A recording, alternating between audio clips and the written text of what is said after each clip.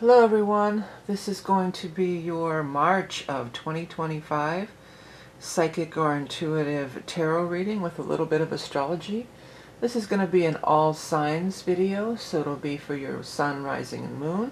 And you can find the timestamps below, but I will also be displaying the sign in the right hand side over here once we roll into it.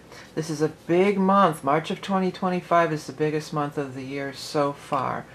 First of all, because we're having the Aries Ingress, which is always powerful. It's going to be a change of season. And then we're going to also have 2 eclipses, so lots to talk about. Before we get started, I want to let you know that you're watching the Rock and Roll Prophetess on YouTube. And my name is vickieverlie, and you can find me at vickieverlie.com. Do not be fooled by imposters. If you enjoy this content, I would love it if you would hit the like, subscribe buttons. That does help activate the algorithm, and comment below. The decks that we're going to use this month, of course, is the Rock and Roll Tarot deck. And then we're going to pull cards from the Hanson Roberts deck. And we're going to pull Animal Totem. And we're also going to pull lots from the Lots of Love, Lots of Answers, Lots of Proverbs, like we do every month. But we're also I'm bringing back the All-Seeing Oracle deck that I created. So we'll be pulling a card for each sign for this. And I am starting the day that this posts on the 27th, the new moon in Pisces, the 27th of February. I'm starting another campaign, this time on Indiegogo. You can go to the end of the video to find out more. I would love it if you could follow the campaign, or any support would be greatly accepted and appreciated. Okay, before we get into the whole card part of the reading, let's jump over and do some of the astrology highlights for the month. Okay, we got some retrograding planets too. Oh, by the way, I almost forgot. I didn't fit it in here, so I made a special sign. Happy birthday to all the Pisces and Aries this month. Dun, dun, dun, dun, dun, dun. You say it's your birthday. Yeah, happy birthday. Happy birthday to you. All right, let's get rolling. So we've got some retrograde planets, starting with Venus going retrograde on the very first of the month. It'll be at 10 Aries. A lot of Aries action. The Mercury's going retrograde in Aries. A lot of Aries energy, or Aries Eclipse, Aries Ingress. So very much a lot of Aries energy, but still it affects everybody. It affects your sign in some way, and that's what we'll discuss more in depth about the sign by sign. So Venus in retrograde, that could be like people being cold, or maybe money things getting delayed. But here's the bigger news. 14th, first of the eclipses, the full moon lunar eclipse in Virgo. And this is really impactful because for the last couple of years or so, we've been having the eclipses. They're always in opposite signs, okay? So we've been having the eclipses in Aries and Libra. And in fact, there will be the last Aries eclipse later this month. But now we're making a shift. And it's going to start, the eclipses are going to start happening in Pisces and Virgo in this axis. So it's going to, even if you're not any of those signs, again, it's going to affect your chart in different ways. You'll have to watch for the individual reading to find out more. But this is the very first one of the shift, of the new energy, of the new axis of this. So this 14th is very powerful. The full moon lunar eclipse in Virgo. So a full moon is all about, it's coming to culmination, sure, but it's also, I feel this is stronger of making aware. And I will always post the new and full moon deep dive astrology videos too. You can watch those on my channel. But just for the sake of this, full moon illuminates. So I feel like this is going to be really key for those who have the wherewithal to tune in, or it'd be a good time to kind of think things over. What do you want to accomplish, or what do you want to be your focus of your energy over the next 18 months or so? Because that's how long this next these next eclipses and this whole thing's going to be going on. So it can be revealed to you. The full moon can shine a light. It can be revealed to you. Then the very next day, Mercury goes retrograde, good old Mercury, at 9 degrees of Aries. So again, that's the usual. Many of you understand that could be communication, transportation, electronic devices, these kinds of things. The 20th is the Aries Ingress, and this is such a powerful day, and I am offering that Aries Ingress reading. And by the way, this will be the last month to get in on that Aries Ingress reading. So also with the Aries Ingress reading this year, we will discuss both of the eclipses as it impacts your chart specifically. But Aries Ingress, all the Ingress readings, when the sun moves into a cardinal sign, which is Aries, Libra, Capricorn, Cancer, No matter northern or southern hemisphere, doesn't matter. It's going to be a shift of season. It's that quarter turn. It's that turn into the new paradigm and the new energy. And then, 9 days later, we're going to have a new moon solar eclipse, what guessed it, in Aries. So, it's Pisces season for until the 20th, but there's so much Aries energy happening too. So this is the very last one. This could be, you could look at this one, because this is over the last 18 months or so, 2 years-ish.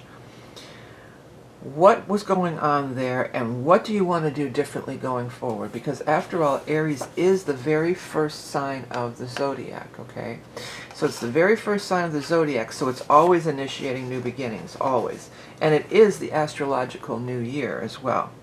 So the featured reading this month, of course, is that Aries Ingress with the eclipses added in. You're going to get a bonus this year because we can't do it. It's sandwiched right in between the two eclipses, so it's all going to be together. Available for a limited time, yes, because it'll only be available till the end of the month. And of course, the All-Seeing Eye deck on Indiegogo. I'm going to use it in all 12 readings, but at the end I'll do a little, you can find out a little bit more information. I hope that you can support this deck in some way. It's been a long time coming. It's a really cool deck, geared to the modern day world. It's not knights and queens and kings. It's got our modern day situations and things in it. And it also has not only modern symbols and technology, but also ancient symbols blended together. And all my years of doing readings professionally, over 30 years, more like 40 years now, doing readings professionally, these cards can answer questions that are hard to answer or maybe impossible to answer from the tarot. It's got like your career. It's got, different things that are connected to our modern day.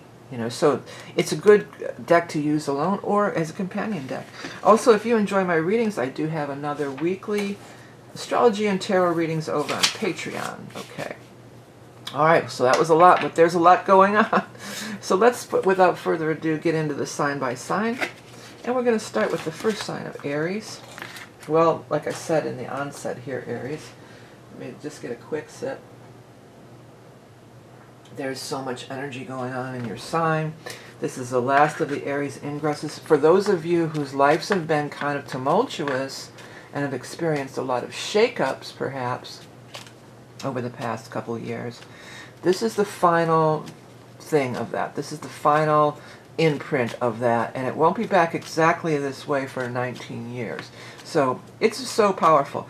This whole week, I mean, the Aries Ingress and then the eclipse, I mean, if you were going to do some kind of manifestation, practice, ritual, whatever you want to call it, I would be doing it the whole week. And especially if also on your birthday, if you happen to be a March birthday person. Oh, this one flew out, Wheel of Fortune. So we're going to take that first. We might as well, this flipped over, we'll take that, and then we'll take this top. We got to take the top one. I see the Lovers are next, but we could go forever. Okay, so these are your first 3 cards for the month of March. We've got Wheel of Fortune, Page of Rods, and the 6 of Pentacles. The Page of Rods can be sort of a representation of you. I see we're getting a little glare. I wanted to light it up a little better, but it was creating a little glare. Maybe if I turn this light off, how's that? No, it's not going to make a difference. Anyways, that can be a representation of you, but let's get 3 more cards for the bottom row for Aries Sun, Rising, Moon. Anybody who has prominent Aries in their chart. 1, 2, 3 for Aries. We've got the 2 of Cups, the soulmate card. Secondly, the Wish card. Wow, Wish card and Wheel. Look out, Aries. Wonderful. And the 7 of Swords. Aries, Wheel of Fortune flipped out of the deck. The wheel is turning. The seasons are changing. The wheel is going in your favor, especially when you've got it joined with the Wish card. That's so awesome for you. Your wish is coming true, and it's your fate and destiny that are taking hold. As I was saying earlier, this could be a representation of you, yes. So therefore, this Wheel of Fortune, this could even be some childhood wish that you had, or a wish that you had as a younger person, because often the eclipses will push us back on track or get us back into, in line with our destiny. That's very much can be a Wheel of Fortune kind of a thing. I wanted to put out a couple more crystals too. I think I'm going to bring out this one, my wand. Ooh, little dust flying. Okay. feel like I need some crystals here. There we go. So, very favorable, very positive, very much youthful enthusiasm, that's you all day long. Even though Venus and Mercury are going retrograde in your sign, you know, it still is bringing in this time to move forward, or at least time to make the plans.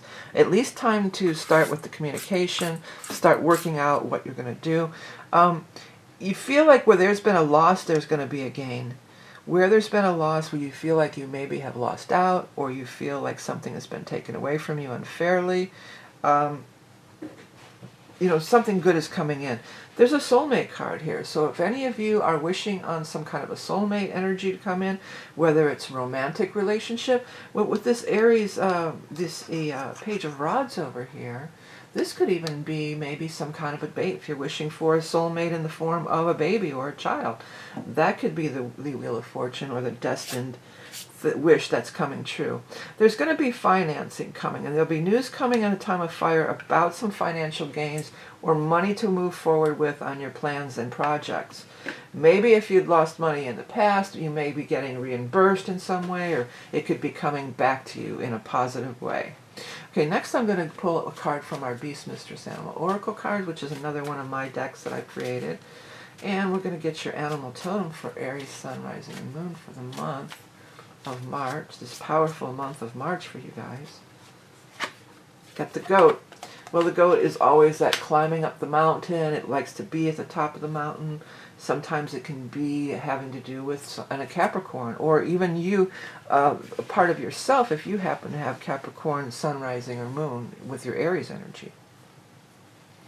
All right, independent, ambitious, rugged, curious, unfaltering perseverance and determination, climbing to new heights, top of the heap, overcoming obstacles. There's the obstacle, you're overcoming it. Success after hard work. Yeah, so you know, you're not, Aries are workers. You know, you guys will dive in. You bring a lot of energy to any situation that you're involved in. And it feels like you're really going to, even though, again, we do have these Mercury retrograde. Now, the Mercury retrograde doesn't start until the 15th. So you can get a lot accomplished in the first 2 weeks of the month. You don't have to, you know, bring your life to a screeching halt just because of Mercury retrograde necessarily. Okay, now we're gonna, this is just a prototype of my upcoming deck that's live on Indiegogo. This is just cut out by hand on thin cardboard, but I want to have the actual deck printed, and you can go to the end of the video to find out more. It's going to have a booklet and all kinds of good stuff to go with it, and a mini pendulum. There's actually a pendulum board on one side of the deck. Okay, let's get a card for Aries, Sun, Rising, Moon, for March from the thing. It says party. Well, you know, that's not surprising. Probably many of you are going to have a party for your birthday, or you're planning a party, or maybe if you're not, you should, because of this whole energy in your sign and everything. Party, though, could also be that maybe if you've been invited to a party of some sort, that, you know, it could be that maybe that's where the soulmate energy comes in, that's where you meet the soulmate. Party can also talk about having a good and bright attitude, which you want to be, you know, be careful of and be aware of with all this powerful time for you manifesting your new year, because this is your new year. Again, if you want to get in on that Aries Ingress reading, I'm sure many Aries could benefit from it, but let's get your lots of, I pulled the lots of answers. It says perhaps, I meant to pull lots of love, but we're going to pull 3 lots. We'll pull lots of love, lots of answers, problems. So here's your lots of love. We've got lonely. So if you've been lonely, go out and party. You could have a date with destiny. A destined, fated encounter. Yeah, baby. Lots of proverbs. A stitch in time saves 9. Yeah, so that's just about, like, don't be careless. You know, go over it. Maybe you need to, if you're, because Aries, you can be really impulsive and rushing and want to get through the finish gate. Maybe you have a Capricorn friend. Or put on, if you have Capricorn rising or something, put that Capricorn hat on to go over the fine details before you, you know, don't be overly impulsive. But the lonely, if you have been lonely, that could be coming to an end this month for sure for you. I've been lonely too long. That's what they're coming through with. If you've never tuned into my readings, I do tend to break into songs because that's how my guides will send me messages often. All right, Aries, well, thank you so much. I hope you have a great New Year, Aries New Ingress year, your solar new year, the new moon eclipse in your sign. So much going on. Have a great month ahead. Very exciting, I'm sure. And if you do, again, want to get on the Aries Ingress reading, check it out. It'll only be available till the end of this month. Okay, next we're going to move on to the sign of Taurus. Okay, Taurus, thanks for tuning in.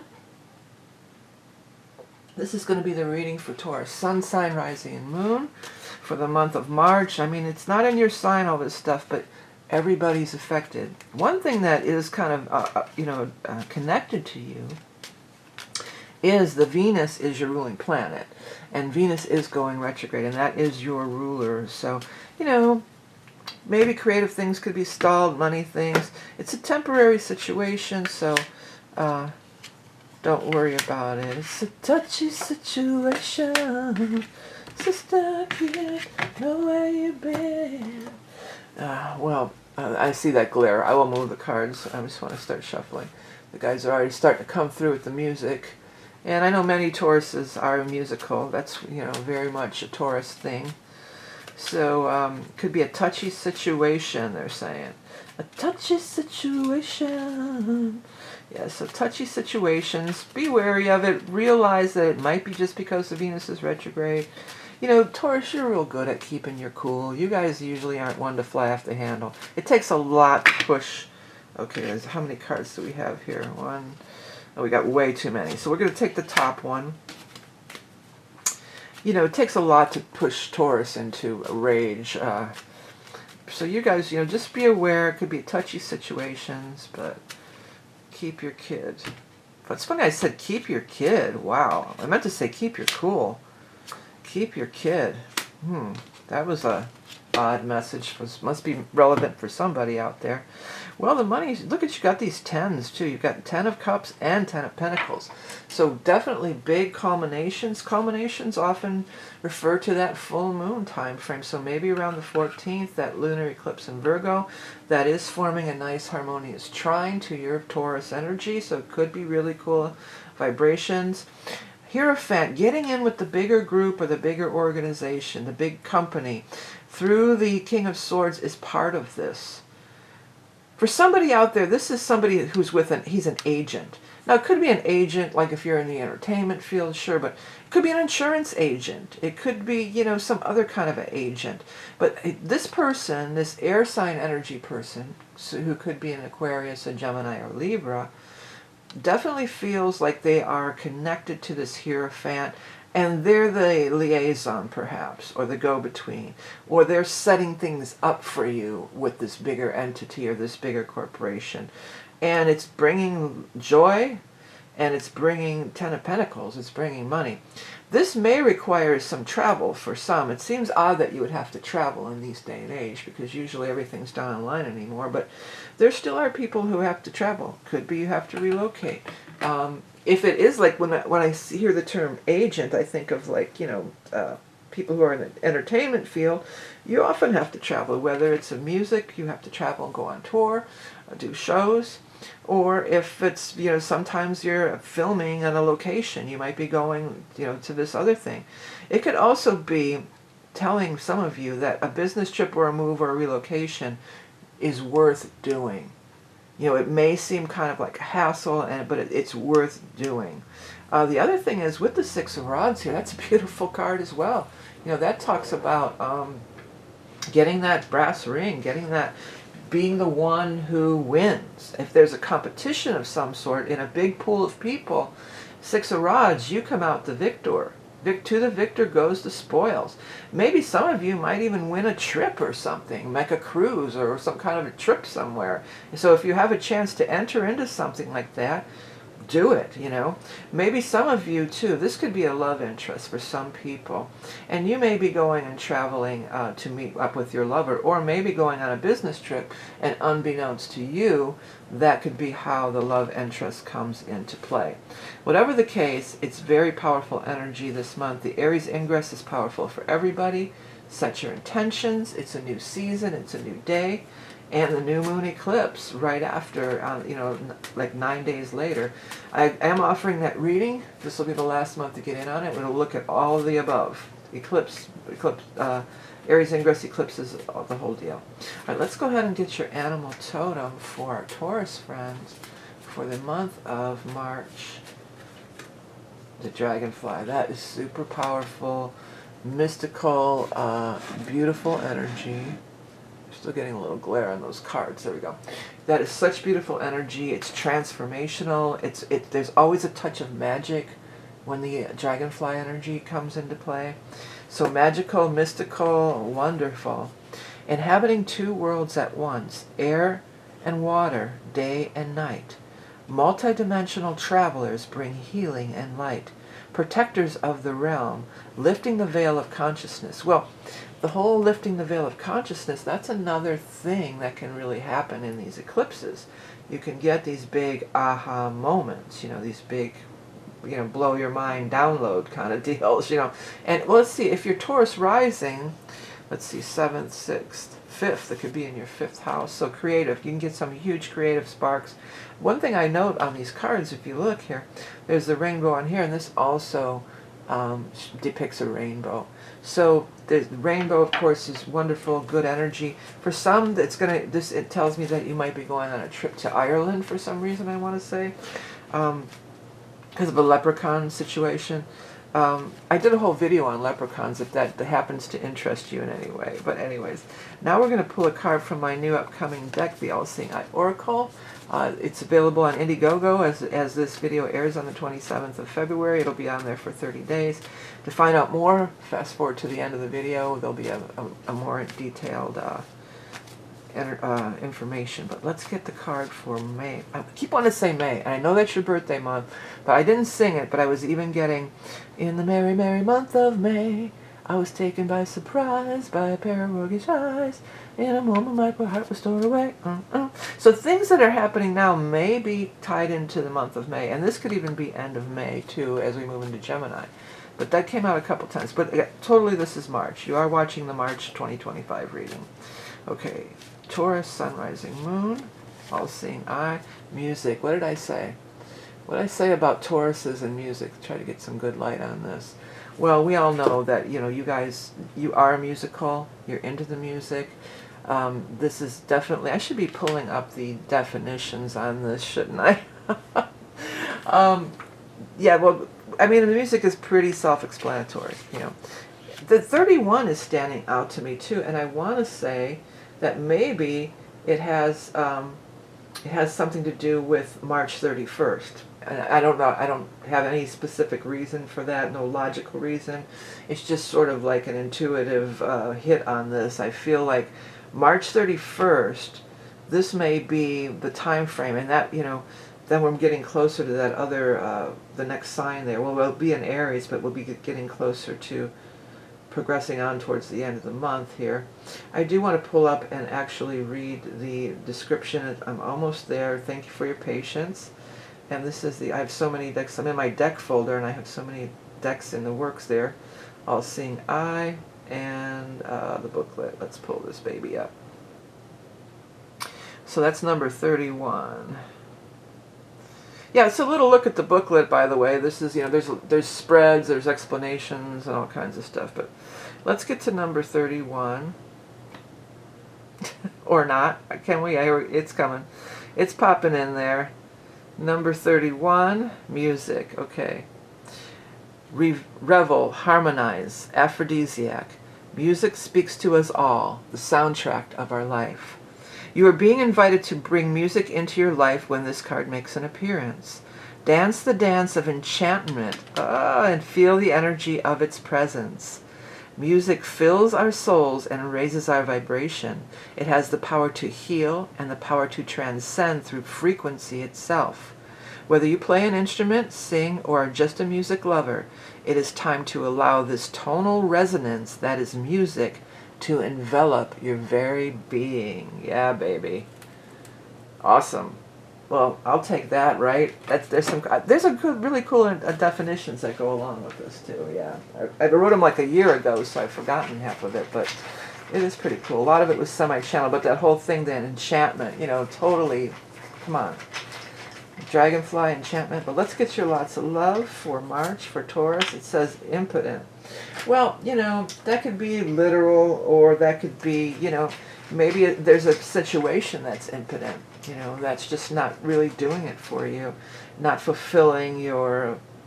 This is beautiful. Look how everything's leading over to these tens, these beautiful tens over here. If you've been a more independent person, you may end up going more with, you know, a larger entity, a publisher, or whoever. If it is music, maybe a, you know, a record company or something. Okay, let's see here. Maybe an overseas record company. Cloudy. So cloudy's iffy, you know, iffy, cloudy. Let's go ahead and get the... let me get this last one here. Lots of proverb. It says, still waters run deep. Yeah. So, yeah, with this Venus retrograde, that could be an introverted kind of a time for you. You may be going inward to the stiller waters. You may be doing some inward reflection, but it's going to be leading you, and these eclipses could totally reveal it. I mean, there's 2 eclipses, but for you, I'm really picking up strong on that eclipse on the 14th. Okay, Taurus, well, thank you for your patience. If you want to get in on that reading, this is one of the only readings where I really look at the astrology, and this is going to be, normally it's just the ingress itself, but this time I'm going to throw in the eclipses with it too, because they're too powerful to overlook. Head over to my website, vickieverlie.com, and you can get in on that reading if you want to. In the meantime, have a great month, and now we're going to move on to the sign of Gemini. Hello, Gemini.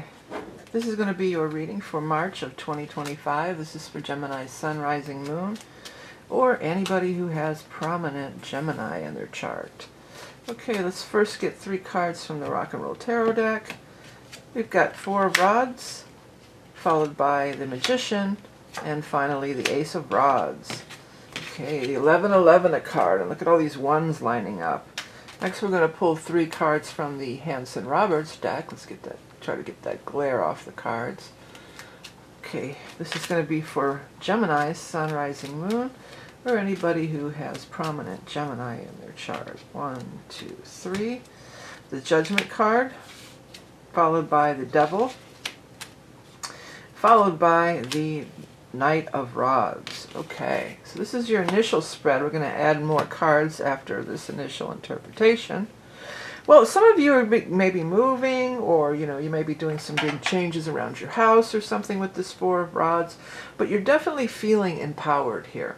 You're definitely done with being in bondage here. It feels like you've been in bondage. Now, Mercury is going retrograde on the 15th, and Mercury is your ruling planet. So there could be a little bit of delayed things like this, but if you start beforehand, because these 2 cards are interesting together, because this talks about being in bondage, being in this cycle of, you know, oh, I'm so downtrodden and everything's not going my way. I'm carrying this heavy burden, this heavy load.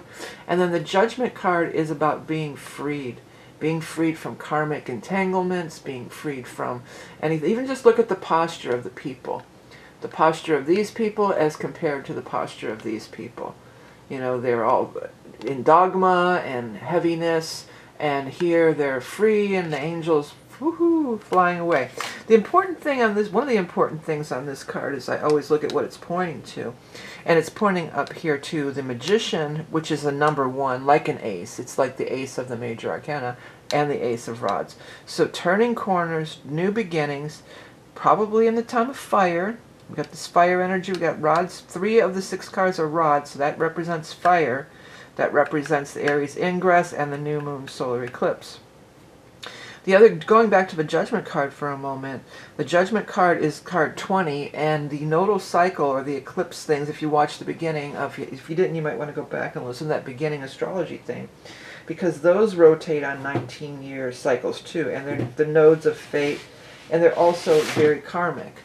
So this could definitely be talking about this whole shift in energy from these nodal shifts that is occurring during this time frame. It's super powerful. Whatever the case, you don't have to carry this burden around anymore. You're free from it, and you're able to move forward and plant these new beginnings and go forward strong. The Magician goes forward strong. Now, there's a lot of fire energy, but if you note, the Magician has everything. He has the pentacles, the water cups, the swords, and the fire rods all on his table. So he has all the tools he needs to accomplish anything that he needs to accomplish. He also, what's getting my attention this time is there is that infinity symbol above his head. So the infinity symbol talks about it's infinite. Even though it's only in its beginning stages, there's no telling how powerful and how far you can take this thing, whatever it is, now that you've rid yourself of these heavy burdens. The Four of Rods is sometimes, it's the 1111 card. It sometimes has to do with marriage and love relationships. If you are looking, this could be somebody, a fire sign energy. It could be somebody that you might be involved with romantically, and even planning a wedding or perhaps living together. But for more of you, I feel like this is just talking about the change in the home environment to a more peaceful, happy place. Maybe some of you have been wanting to move forever, like me. And you're finally going to be able to do it. Whatever it is, even though Mercury is retrograde, a lot of things are happening to move your plans forward, and I think a lot of it has to do with these eclipse energies. So again, we've got the 14th and the 29th. The 29th is the new moon eclipse in fire, the new one. This feels like this is more along the lines of what's being pointed out in your particular reading here, Gemini. Okay, let's go ahead and get your animal totem for March of 2025 for Gemini Sun, Rising, Moon. The butterfly, wonderful, beautiful energy. The butterfly is you're expanding. You are out of the caterpillar phase and you're coming into your full glory, which is another meaning that the Judgment card can carry. Let's read what I wrote initially. No longer of the earth you take flight to soar with the angels. Release burdens and embrace the metamorphosis. Dance in joyous recognition of the ever-evolving now. You know, that's another, talking about the ever-evolving now, that's another thing that is definitely part of the Magician energy. He's right here in the now. And the Aries energy overall, which is all this fire stuff that we're moving into here. They are in the moment. They are right here, right now. Right here, right now. There is no other place I'd rather be. If you've never seen my videos, I do, the guides come through with songs all the time, so, but often there's messages in the songs. Now we're going to pull a card from my upcoming All-Seeing Eye deck, which is live on Indiegogo today. It's a pendulum board on one side and an oracle deck on the other. There's more information towards the end of the video. If you want to find out, I would love it if you could check out the campaign at least and support it if you can. Let's get this indie deck printed. Let's get a card for Gemini. Gemini. Messages. Well, this is more or less the Mercury card, okay? It's the card of messaging, messages. We've got the phone, we've got the loudspeaker, we've got the cloud energy, we've got emails, pencils, old-fashioned message, instant messenger. So that's what I mean about this card. There's modern day symbols on it. So it's not so, archaic with the knights and the kings and all this stuff. There's these modern day things. And let this grab you. Because if something grabs you, like if that grabs you, be watching your DMs. If that grabs you, look at your regular snail mail. A lot of times I just toss that stuff. I've thrown stuff out by accident because it's, not much comes through there anymore. Or the pencil, maybe you need to write things down or start writing, or phone calls. So pay attention to these different things. And I'm going to go ahead and read the booklet interpretation that I wrote. And this is number 41. This is a 50-card deck, and it's live on Indiegogo. I'm trying to get the funding to get it printed. Okay, messaging or messages. Text, Mercury, communication. News is coming quickly. Auspicious plans unfolding. The message card encompasses all modes of communication, both past, present, and future. Texting, direct messaging, FaceTime, Zoom, phone calls, and the like. We live in a fast-paced world with no signs of slowing down. This card may indicate the time is right to reach out to that important contact to get the favorable response that you're hoping for. Keep a watchful eye on your inbox for important messages that can be coming your way. Communications of all kinds are favored if this card makes the appearance. Okay. right, so that's the page from the booklet. Yeah, so and also it's really a card of Mercury, you might as well say. And that's, you know, that's you, Gemini. That's your Mercury's your ruling planet. That's you all day long. So again, it is going retrograde on the 15th, so maybe try to get some of this stuff done a little earlier. Maybe you'll get your response even, or get the go-ahead by the time we get to that 29th. Okay, because this will be retrograde until April 5th. Okay, so let's go ahead and get your lots of love. It says reunite. Reunited and it feels so good. Well, you could be reuniting with whatever, something that you've been wanting to do for a while. You might have even set it down and said, this is just too much hassle. Like this deck, I set this down for almost a year. After, you know, the last year's debacle happened, and then I was just so disappointed. But let's get your lots of answer. It says, yep. So that's a big yes. I want to say, that's a big 10-4, good buddy. That's some old school CB radio stuff. I think that stuff, I heard it might be making a comeback. Ham radios, CB radios. 'Cause we got a great big convoy across the USA. Convoy. Breaker, breaker, 19. Alright. Lots of proverb for Gemini. Gemini. It's never too late to be what you might have been. Perfect, perfect, perfect. So Mercury retrograde, sometimes that is going over past things. Reunited indicates that. It's never too late to be what you might have been. You know, so something from the past, that's one of the good things that can happen on a Mercury retrograde that's not often discussed, is that, you know, good things can happen from the past, or things could be coming back from the past. All right, well, Gemini, I hope you have a great month of March. There's so much energy going on. If you want to dive into what it could mean for you, I am offering that Aries Ingress reading only till the end of this month, and then it won't be available for another year. And it's also going to be not only for the Ingress, but we're going to look at the eclipses as well. So check that out if you're interested. And if you want to check out my deck, I would love if any kind of support, whether it's just sharing the campaign, any kind of donation. I really want to get this deck out there. Okay, let's go next on to the sign of Cancer. All right, Cancer, let's go ahead and get your 3 cards for the month of March. I mean, the eclipses are here. You are also one of the cardinal signs. We're going to have to talk a minute about that, but let me get your cards out here. And the cardinal signs tend to feel the energy maybe a little more. The Magician in the same spot, and I cut too, shuffled and cut. 10 of Pentacles, wow. You know, you are one of the cardinal signs, because, here, I'll do this next, but I want to talk about this cardinal thing before it slips my mind. So there's 4 cardinal signs, 4 cardinal directions. It's Cancer, Capricorn, Aries, and Libra. And they form a cross, okay? So this energy all moving into, not Libra, but Aries, this is squaring your sign. So you'll be the next one. On solstice in June, you'll be the next sign. But this seasonal changes, I mean, you are really affected by it. And these eclipses, I mean, everything. Everybody's affected by everything. There's so much powerful energy going on this month.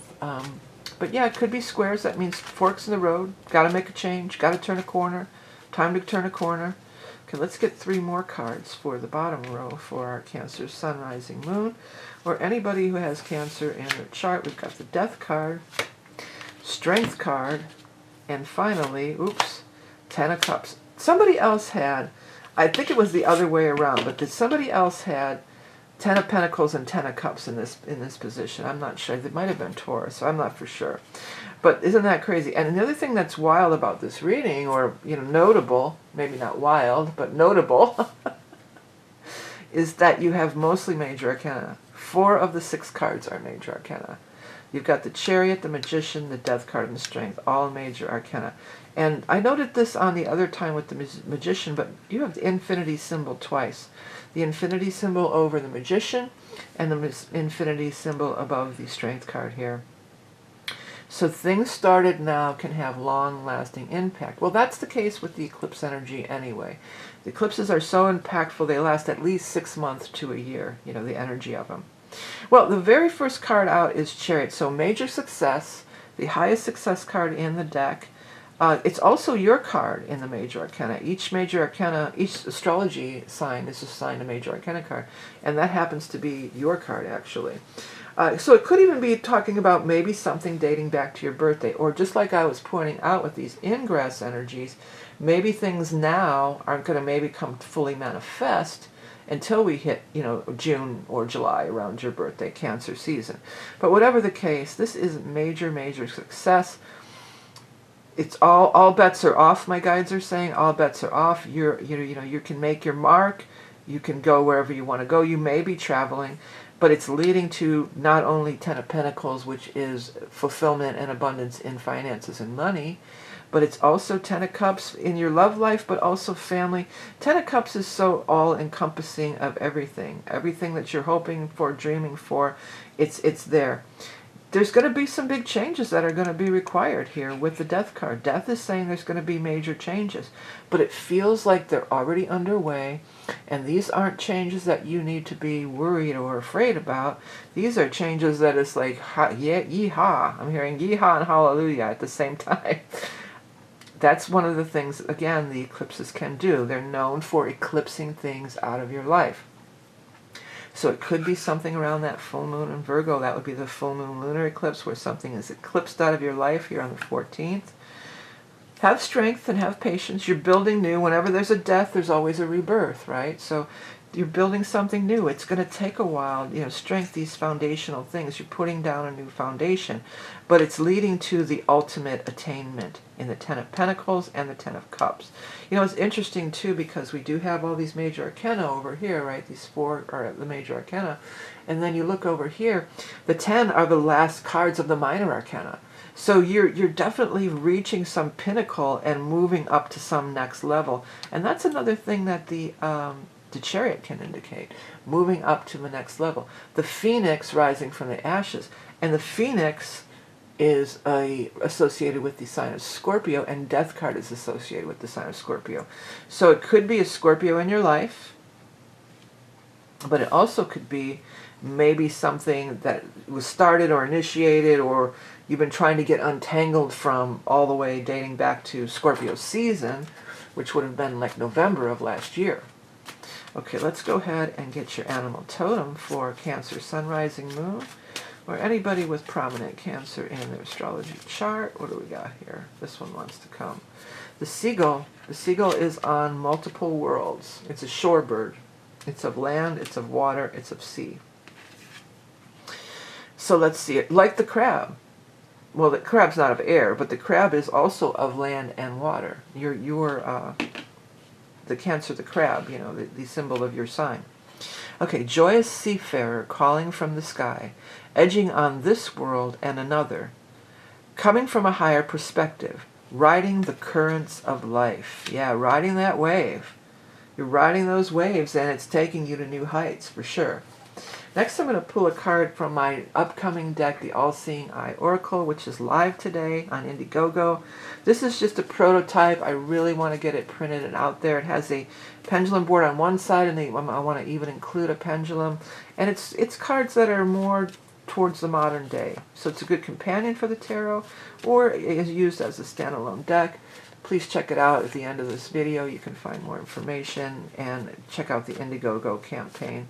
Let's raise the fund to get this indie deck out there.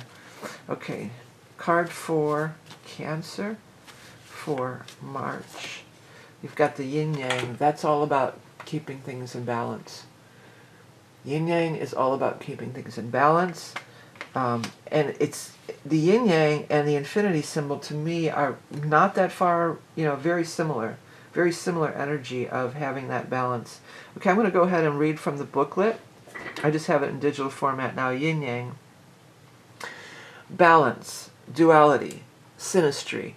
For every action there is an equal and opposite reaction.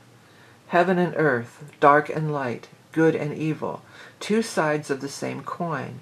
The yin is the dark feminine, and the yang is the masculine sunlight. Together they are whole, complete, united. The yin-yang, look at that, whole, complete, united, 10 of Cups, totally, right?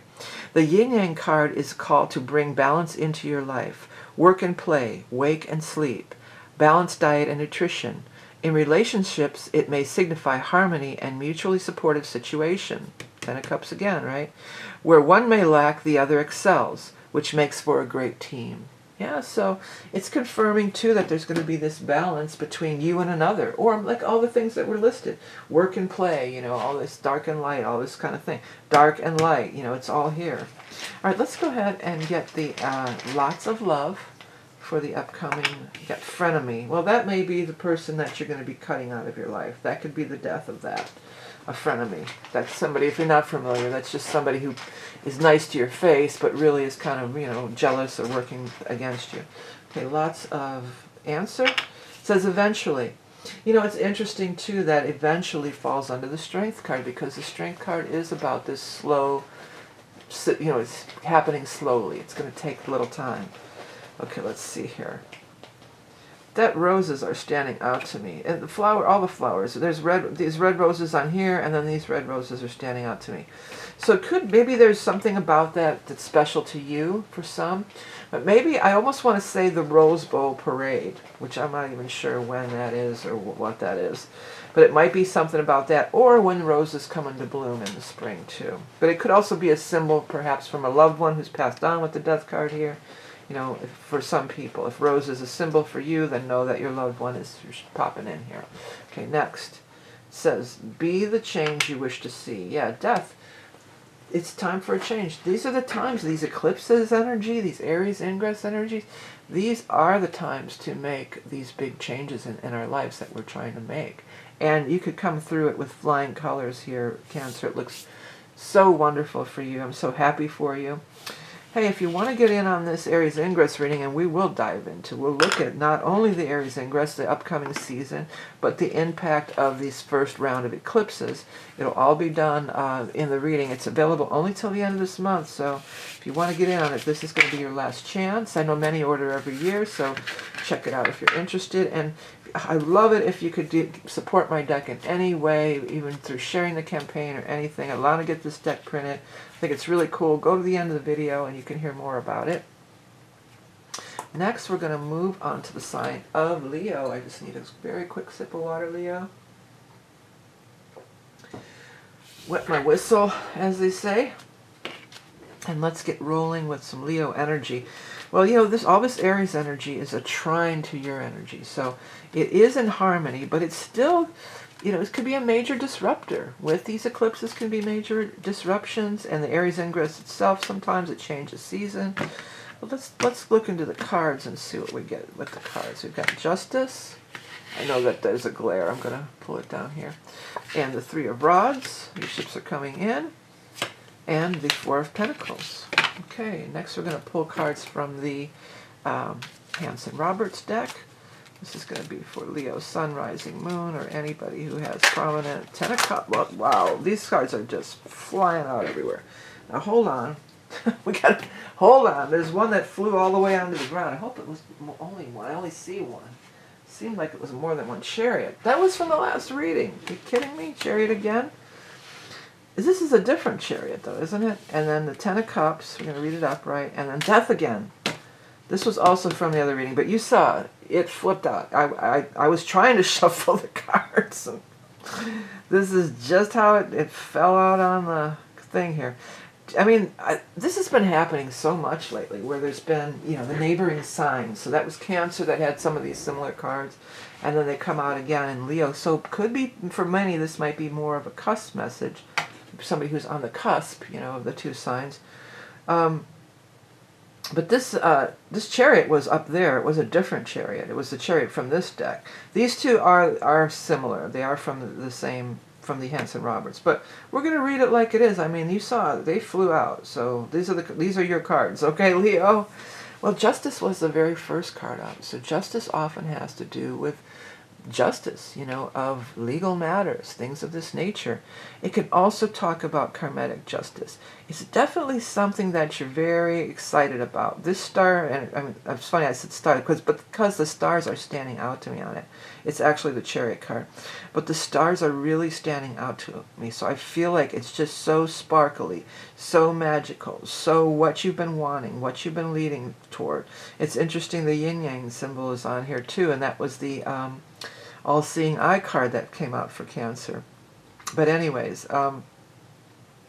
you know, also on this Chariot card, I don't know if you can see, there's moons on his shoulders, the shoulder plates or whatever these are called here, on his armor. They're half crescent moon shapes. So this is the month. I mean, we are having that full moon eclipse on the 14th. We are having that new moon solar eclipse on the 29th. So, you know, these eclipses are going to be impactful. Justice feels connected to this very, very strongly. So, and this too. So whatever this karmatic situation was, or maybe it was a long dragged out court case for some, death, we're done with that now. We're done with that. We've reached this pinnacle of happiness, joy, and celebration in the Ten of Cups. We could just read this real down to earth, and maybe somebody's going to go get married. And maybe somebody's traveling to go get, maybe you're going to go to Vegas even and get married. Or it may be a wedding where there's family coming in from out of state, or, you know, out of the different areas. Maybe not out of state, depending on, you know, from other areas coming into town for the wedding. That could be. I don't know if I would get married on an eclipse, though. I mean, that would be something I probably wouldn't do necessarily. But if you've already planned it, you've already planned it, right? It's interesting, too, because the ships are coming in with this. So, Justice, this is definitely something you've been waiting on. You've been out watching for it and waiting on it, and it's here. It's arrived. There may have been some tight financial things leading up to this. You know, maybe you've been waiting, for some with the Justice card, maybe you've been waiting on an income tax return, because this could be the government even, you know. But it feels, I mean, for some that surely would be true. But for others, it feels like it's bigger than that. It's a bigger dream. Or, you know, even if it is the income tax check, maybe you've been waiting because you want to put this dream into action here. You know, you want to put this plan into action, this dream into action. And it's happening. You know, you're seeing the signs of it happening this month. You're able to see the arrival of this wonderful thing that you've been planning for, saving for, perhaps waiting on, reserving your energy, trying to reserve energy towards making happen, and you're going to start to see it. And it's interesting too with the stars, it totally could, you know, align with some of the astrology events. I mean, well, it's even, again, it's not in your sign, but that does not matter. This is such a powerful month for astrological energy and the shifts, and it's really the kickoff of the astrological year. That's what the Aries Ingress is. Let's move over and get your animal totem for Leo for the month of, I almost said September, March.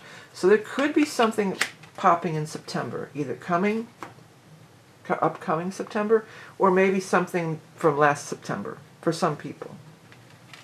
Hummingbird, that's love card too, with the Ten of Cups. So many people are falling in love. I mean, Leos, you love to be in love, don't you? Love to be loved. Jane. Maybe love to be loved. Okay. Hummingbird, love abounding, laughter and joy. Elevated vibrations brings glimpses of magic. The fairy folk surely dance nearby. Savor the sweet bouquet and taste the nectar of life. Well, you know, you do that anyway, Leo. You're all about tasting the nectar of life. But this is going to be a month that looks like it's particularly marked with some really positive things. How about we put some of these crystals up there? I like that. It's got that empty space where that light is. So we'll put little crystals up there. And let's get, this is going to be, we're going to pull one card for each sign from my all-seeing eye deck. This is live on Indiegogo as of February 27th, 2025 for 30 days. So please head over there and check it out. This has been a long time. It's such a cool deck.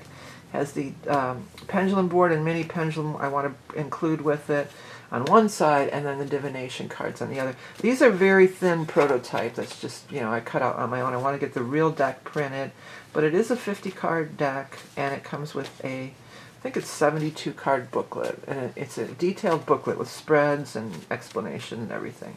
So let's go ahead, go to the end of this video, you can find out more about it. But let's get our card for Leo. You've got the purge. Well, if there's ever a time to purge, it's during the eclipse season, you know, and you have the death card too, which is also, this is kind of like the death card. You know, it is kind of like the death card in the tarot. You know, but it also has, you know, these different things. You know, the butterfly is purged from its cocoon. The flower sheds its seeds, but it grows anew. You know, the bird sheds its feathers. The snake sheds its skin. You know, the balloons, you know, fly into the air. We're letting go. It's about letting go and releasing. Now let me go ahead and we're going to look it up. It's card number 49. I'm going to read from the booklet that I wrote. I'm not just reading from some random booklet. This is my deck. I wrote these words. Albeit I wrote them like a year ago, so I don't remember them. But I want to kind of give you a little view of what the booklet looks like as well. So we have these first few keywords, a key phrase, and then more in-depth description. Purge, adapt, evolve, cycles. Yeah, death and rebirth are cycles. Tens is the end of a cycle. We all change and grow as we progress along our soul path. The snake sheds its skin, the bird its feathers, the flowers its petals, the butterfly its cocoon. None mourn the loss of what was. All are immersed in the cycle of transformation. Life is not stagnant. We are not meant to stay in one place for our entire existence. The time has come to purge the old so that the new can be born. Perhaps you will need time of isolation while you're going through your metamorphosis. When the time is right, you will emerge revived and ready to test your newfound wings. Yeah. So that's reading right. That's from the giving you an idea what the booklet is like too. Okay, now we're going to move over to our lots of love for Leo. Let's see what we got here. It says retreat. Interesting that the things that you may need to retreat. But it won't be for long, Leo. Not with these cards. Okay, next, lots of answer. It says unsure. And then finally, the lots of proverbs. By the way, these lots and this deck are also my own creations, if you're not familiar, and they're all available for purchase. Let's take a look if they speak to you. What goes up must come down. Spinning wheel, got to go round. Ride a painted pony, let the spinning wheel spin, turn. I've been watching these Midnight Special YouTube channel. I've been getting into reliving my childhood. The old, they actually sing live, and there's no backing tracks, no auto-tune. They're actually performing live. What a concept, huh? But anyways, what goes up must come down. So what is dies must be reborn. It's the never-ending cycle. Things are always in flux. Things are always moving. We live in an expanding universe. We're always expanding. And you're expanding too, Leo. Especially this month. It's going to be a powerful month for everybody. Thank you so much for tuning in. Don't forget to check your rising and moon. And if you do want to dive into what this all means for you, not only the Aries Ingress, but the 2 eclipses, we're going to throw in those too for this year's reading. It is available on my Aries Ingress reading on my website. And also any support you can lend towards getting my awesome, cool, all-seeing eye deck printed this time around. I'd appreciate it, whether it's a small donation or just sharing and liking the campaign. It all helps, and it's all appreciated. All right, well, here we go, Virgo. Here we go. Eclipse season. This is going to be the first eclipse in your sign since, when was the last time we had? Well, there would have been one halfway point, but the actual, you should watch Virgos, you should totally watch my node video that I posted, because I gave the dates of the ones that were on the other side of the node. But this is going to be the first time for this particular exact lineup since 06 and 07. So this is a cycle that's you haven't seen for almost 18, 19 years here. So very long time coming. It's going to be a full moon in your sign. A full moon lunar eclipse is kicking off this new eclipse cycle. The full moon always brings enlightenment. It always shows you the answer. It gives you the answer. It could also be very much so eclipsing something out of your life. Something may be needed to eclipse out of your life. It's not always a bad thing. And there, of course, will be a new moon and the Aries Ingress, new moon eclipse. So there's all sorts of powerful things going on this month. You're another one. Now, another thing is the day after, well, Mercury will be stopped. It'll be stationary on the full moon eclipse on the 14th, right? And then on the 15th, Mercury will officially go retrograde. Mercury is also your ruling planet. Everybody associates it with Gemini, but Mercury rules over Virgo too. So that's just going to be this little, well, the whole month, but this little pocket of time right here, 14th, 15th. You know, it's like, I feel the earth move under my feet. I feel the sky tumbling down. Yeah, so you might feel the earth move under your feet. All right, let's get your first 3 cards for our Virgo friends for this powerful month of March. 10 of Cups, first card out. That card's been out like in 3 readings already. Justice was already out. Cut it. It's there again. And Queen of Cups, water sign energy. Next, we're going to pull from the Hanson Roberts 3 cards. This is for Virgo Sun, Rising, Moon, or anybody who has powerful, that's why I was going to say powerful, but I meant to say prominent placements in Virgo, whether it's Venus or any other planet that may be there, or your own nodes if you know that too. I would check my nodes before I would check my Venus. Okay, but anyways, let's get some cards for you guys for March of 2025 for Virgo Sun, Rising, Moon. Ace of Cups, look at that. Followed by the Wheel of Fortune. Wow, Virgo, look out. And the 6 of Cups. Wow, you have a beautiful reading. Well, matters of the heart and affairs of the heart do seem to be right there in the forefront. You've got Ace of Cups, 6 of Cups, 10 of Cups, Queen of Cups. The Cups are all about love, romance, emotional things, feelings, creativity. This reading is very skewed towards, you know, love and relationship. Another thing to note in this particular reading, in the 10 of Cups and also the 6 of Cups, we have these children cards. There's children depicted on the cards. So it could have something to do with your own children. Maybe you're going to be working with children in some cases. Maybe something stemming back from your own childhood. You know, so there's a lot of things. Ace of Cups is this new beginning in love, creativity. My guides want me to say magic. With the Wheel of Fortune. So Wheel of Fortune is fate and destiny. Wheel of Fortune is also divine timing. And these eclipses very much are about divine timing as well. Full moon, you know, you might be meeting, if you're single, you could meet the love of your life. There could be somebody coming back from the past too. Looks like it's this Queen of Cups energy. So no gender, but the Queen of Cups could be a water sign person. So that could be a Scorpio, a Cancer, or a Pisces. This could also be talking about, while we're still in Pisces, I know I've been rambling on about Aries because there's so much Aries energy, but the Sun is in Pisces for the majority of the month. The Sun will be in the sign of Pisces until we hit that 20th, then the Aries Ingress, and it's Aries all the way out. So, could be something in Pisces. The water people are emotional, creative, loving, wanting to deal with their emotions, wanting to be in relationship, wanting to embark in creativity is what a lot of things that my guides are talking about here. You do have Justice here, so for some it could be tying, actual getting married. When you have 10 of Cups and Justice, you might be tying the knot, they're saying. You might be, you know, making it legal, as they used to say. But it could be something completely different. Maybe somebody is getting a divorce and now you can be with your actual love. I mean, maybe your divorce is finally final and therefore you're free to, you know, maybe you're already with somebody else but your divorce isn't final, and then you can go on and be with somebody else that is going to be a better... All the love stuff here is very favorable and very positive. This isn't drama. This feels like that honeymoon time frame. You know, it really feels like that honeymoon time frame when you're first falling in love. My voice was getting a little hoarse, so I had to take a quick sip of water. And it's just a beautiful, beautiful time for you.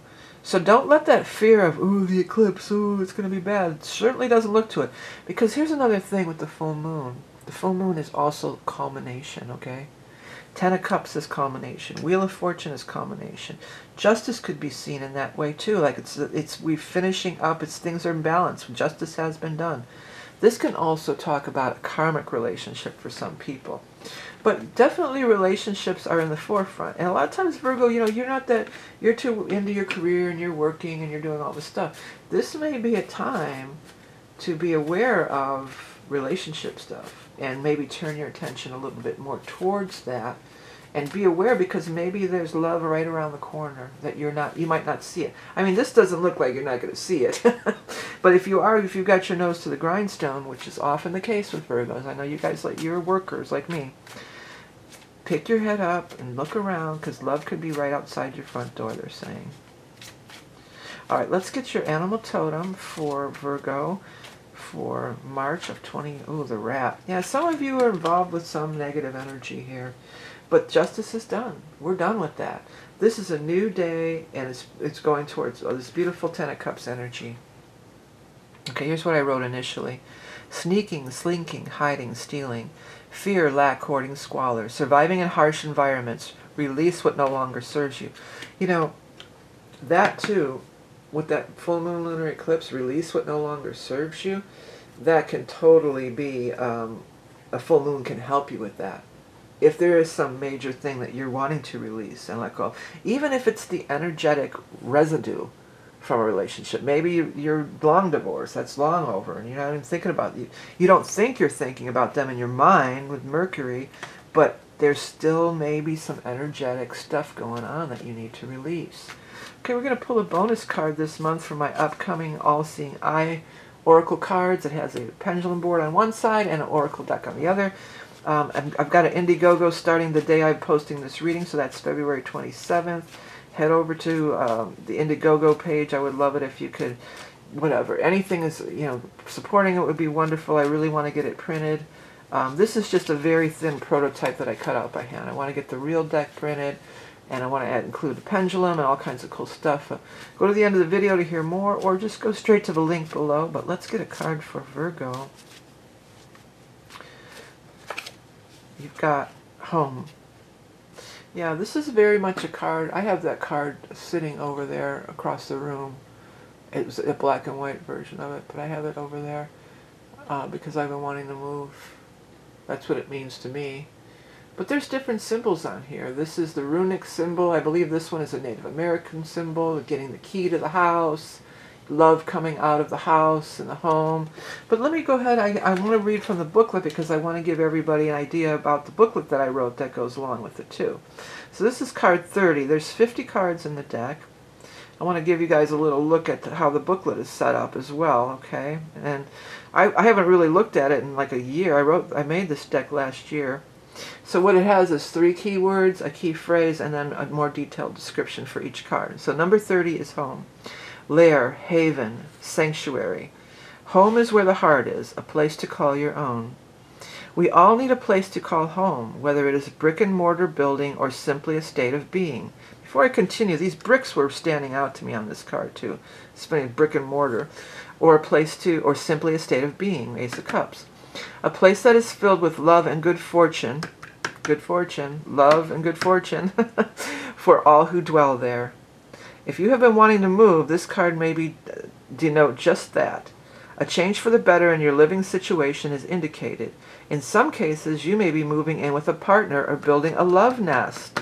A sense of contentment and peace fills your heart as you lay your head down for the night. Yeah, so this just is great topper offer for this reading, isn't it? It just fits right in so perfectly. But let's go ahead and get you lots of love for the month of March. You've got converse. So talk about it. You got to talk about it, talk about it. All right, next, lots of answers. It says possibly, possible. And finally, the lots of proverbs.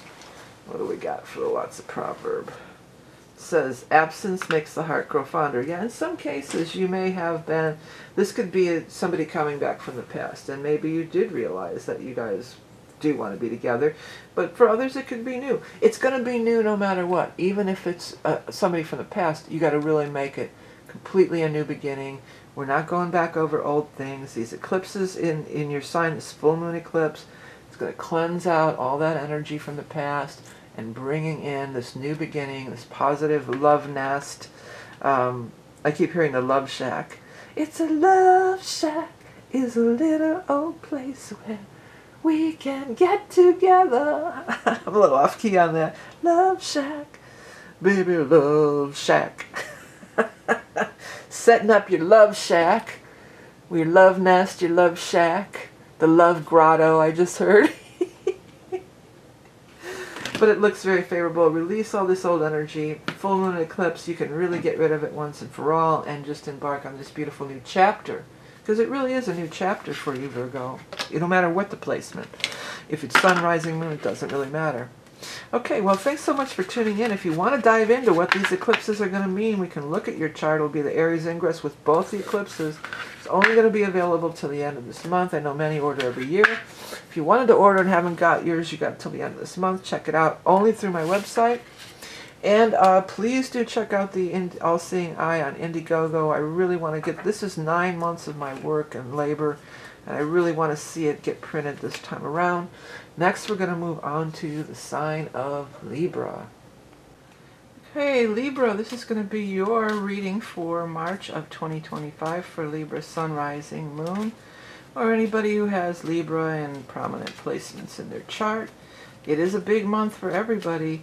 Now I want to talk about this whole change of the nodal stuff, but let me get your cards out first. We're going to have Two of Swords, Ace of Pentacles, and Three of Rods. Ships are coming in. Now you've had your last eclipse in the fall, but you're part of the Aries Libra axis. I'm going to talk about that. And there is going to be this last eclipse in Aries, so it's not in your sign, but it is tied in a weird way. I'm going to explain it a little better in a minute. Let's get 3 cards here. We got the Ace of Rods. Oh, I almost put that in the wrong deck there. Put them all together. The Strength card. And lastly, the Sun card. Okay. Yeah, let me pull out my wheel just for a second. So I explained at the beginning, but in case you skipped it, we have been having eclipses in the Aries Libra axis, because that's your exact opposite sign. Now it's going to be switching to the Virgo Pisces. We're in this transitionary time. We're going to have the full moon lunar eclipse in Virgo on this axis, but then we're going to have the very last eclipse in Aries on the 20th. I mean on the 29th, excuse me. So this is still, even it's not in your sign, it's still in your axis. So you could still very much be affected by it pretty strongly. Well, everybody's affected by the eclipses pretty strongly. But this is going to be that one on the 29th in particular could be really relevant to you and your life, okay? All right, well, we're starting out the month. You're trying to make a decision, or a decision needs to be made. But if there's an opportunity to go in a new direction, it sure seems like that's going to be the ticket here. Got the Ace of Rods, which is planting new seeds that are going to bloom and blossom and grow. As we move into spring, and in the Northern Hemisphere, the Aries Ingress is the spring. And then the Ace of Pentacles, which is a new beginning in money or finance, or maybe a new job. Could be a new job, but your ships are coming in. Could be some kind of investment that you maybe been thinking about. You're going to be very successful with it. You have to make the decision to go ahead and do it. Sometimes, Libras, that can be a thing with you. Sometimes you have a hard time making a decision. You know, sometimes you can't really... You're not great at making decisions always. But if you make the decision, even though we do have some retrograde planets here, I still feel like, especially this 29th, the very end of the month, this new moon eclipse in Aries, this could be a super powerful day to initiate new beginnings that would be leading to successful. Now, strength is having strength and having patience. So initiated now, it may not be an overnight sensation. It may be something that builds gradually and builds slowly. But build it will, they're saying. You have the Sun card, so that's beautiful, beautiful energy of you're shining, you're glowing, you are exuding all your positive energy, all your gifts and talents. But it could also refer to a solar event. Hello, the Sun, right? A new beginning. So it could be the Aries Ingress, Aries moving into a new sign of Aries, or the new moon in Aries, you know. So that's the new moon is a solar eclipse, so there's a solar event, right? So again, it's kind of confirming that this solar eclipse could be super powerful for you. This is the Strength card, which again does indicate strength and patience, but in this instance the Lion is very strongly standing out to me for you guys. So it absolutely could be maybe some kind of thing having to do with a Leo. Could be a Leo person, sun, rising, or moon. But it could also be something that happened maybe back in the time of Leo, which would be last year in August, or things that you're initiating now with these new beginnings, maybe they aren't going to be to where you really want them to be until we get into Leo in the 8th month, because I do get this sense of it moving slowly. You've got 1, 2, 3. Things are moving. That's at the beginning of something. The other thing that brings into Leo energy is the Sun card, which is the ruler of Leo. So we've got 2 indications here that there's some strong Leo energy in the mix at some way. Again, maybe it's a Leo person that you're involved with or is part of this situation or will be, or maybe it's timing. I feel strongly like timing for a lot of people. Okay, let's move over and get your animal totem for Libras for the month of March of 2025. This powerful, transformational, well, a few of them fell out, but I'm going to take the one that's up. If you wanted to know, the deer was the next one, but the rabbit is the one that was facing up when they fell out. Rabbit is very much abundance and fertility. It also, rabbit energy can be things moving forward in leaps and bounds. Let's read this. This is what I wrote initially on the cards. These 2 decks are also my creations. Lots of my creations, and we're going to pull from my latest deck also in this reading. Okay, rabbit. It also has the sun up there. Look at it. It's faint, but it's there. Sensitive, artistic, clever, nimble, outsmarting adversaries by staying 1 step ahead, taking colossal leaps and sprinting into the future, heightened libido and procreation. You know, that's another thing when you have the Sun card with the baby on it, you've got the Rabbit card, and then you've got the Ace of Rods. If anybody's trying to get pregnant, or even if you're not, but a pregnancy is a distinct possibility. This is that planting the seed in the womb.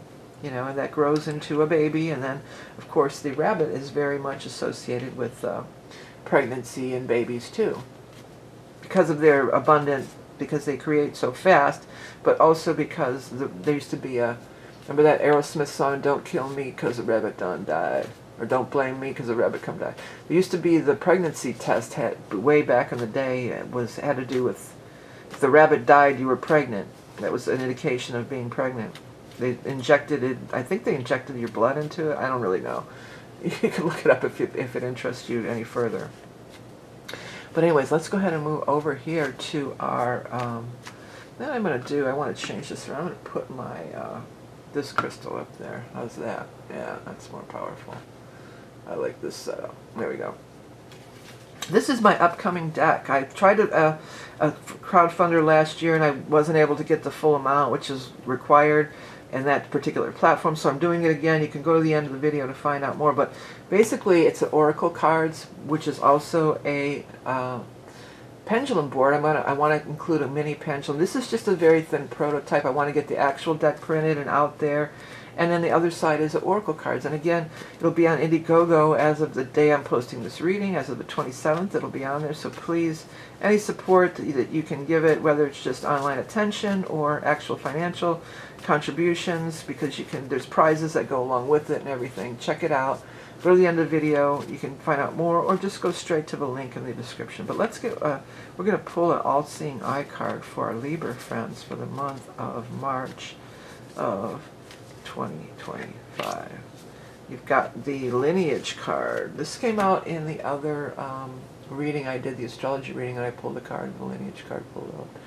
Yeah, so the lineage is all about DNA, but it's also loved ones on the other side. But it's also not only about our roots, but it's about generations going forward too. So, I mean, I really feel like it could be tied into this whole pregnancy thing for some people. Now, if you're not giving birth to an actual baby, or you don't want to, or that doesn't relate to you in any way, it could also just be whatever you're giving birth to, your creative endeavor, your creative idea. But either way, there does seem to be a tie-in to the lineage card, whether it's just somebody on the other side who's a guardian angel that's watching over you, or one of my cousins. My grandmother taught us all to crochet when we were little, you know, and one of my cousins opened up an Etsy shop, and she sells her crochet, and she put my grandma's name in the title of her Etsy shop. I don't remember, but she does okay with it, I guess. She makes a lot of sales. So it could be something like that, like something that's inspired by a relative. For some, if there's a new baby coming, it may be a relative in reincarnating. That could be definitely a thing. Okay, I wanted to show you guys the booklet that I wrote also to go along with it. And we're going to, what it is, it's the title, of course, and then 3 keywords, a key sentence, and then a more detailed description for each card. Let's read what I initially wrote for the lineage card. Heritage, ancestors, descendants. The family tree connects us to the past and carries us into the future. We are all connected through the roots of our family tree and through our DNA. The ones who have left are still with us and show up through signs and symbols. The lucky penny found on the ground, the joyful chirping of the cardinal, the fluttering wings of the butterfly. Pay attention, as they may be sending us messages all the time. This card is a reminder to do your soul work of our ancestral healing. We all incarnate into families where we feel we can do the most good. Break the chains of negative patterning so that future generations may thrive. Yeah. Well, again, it's bringing in these future generations. I think that's definitely a possibility. Now, even if it's not you having the baby, or you're not, your child or whatever, it could be somebody else that's having the baby, but you have a soulmate connection as well. But also, the baby could, you be giving birth to something, again, maybe a business or something like that. Let's get your lots of love. It says kindred. Yeah, you're going to be a kindred spirit with this soul that's coming in for many. I'm definitely getting that. Even if it's not your child, you're still a kindred spirit to it. Okay, next we're going to get the lots of answers. So yes. You get that big yes there. Woohoo! And then finally, the lots of proverbs for Libra. It says, let sleeping dogs lie. Yeah, this is not the time. Through all these eclipse energies and everything, this is not the time to be going into the past. This is the time of new beginnings. You've got 2 aces in this spread, okay? This is new beginnings, not old stuff.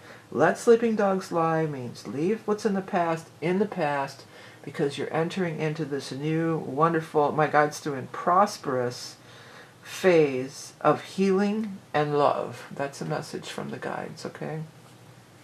Sounds good to me. Hey Libras, well, thanks so much for tuning in. Don't forget to check your rising and moon.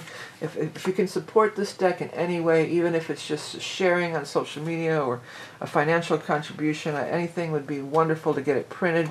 I mean, you get a deck with it. It's not like you're just throwing money away. You can buy the deck at the early first edition, because if it doesn't reach the level of that I want it to, I'll still get some money to work with, but I won't be able to, like, it may not be a widespread deck. It may just be kind of a collector's item even, because I may not be able to get more printed, but I'll get some printed in some way, in some form or fashion. And thanks for all your support on everything. If you want to get that Aries Ingress reading, check it out. Next up is going to be Scorpio. Hello, Scorpio. Well, it is eclipse season, and like I've been saying for everybody, it affects everybody.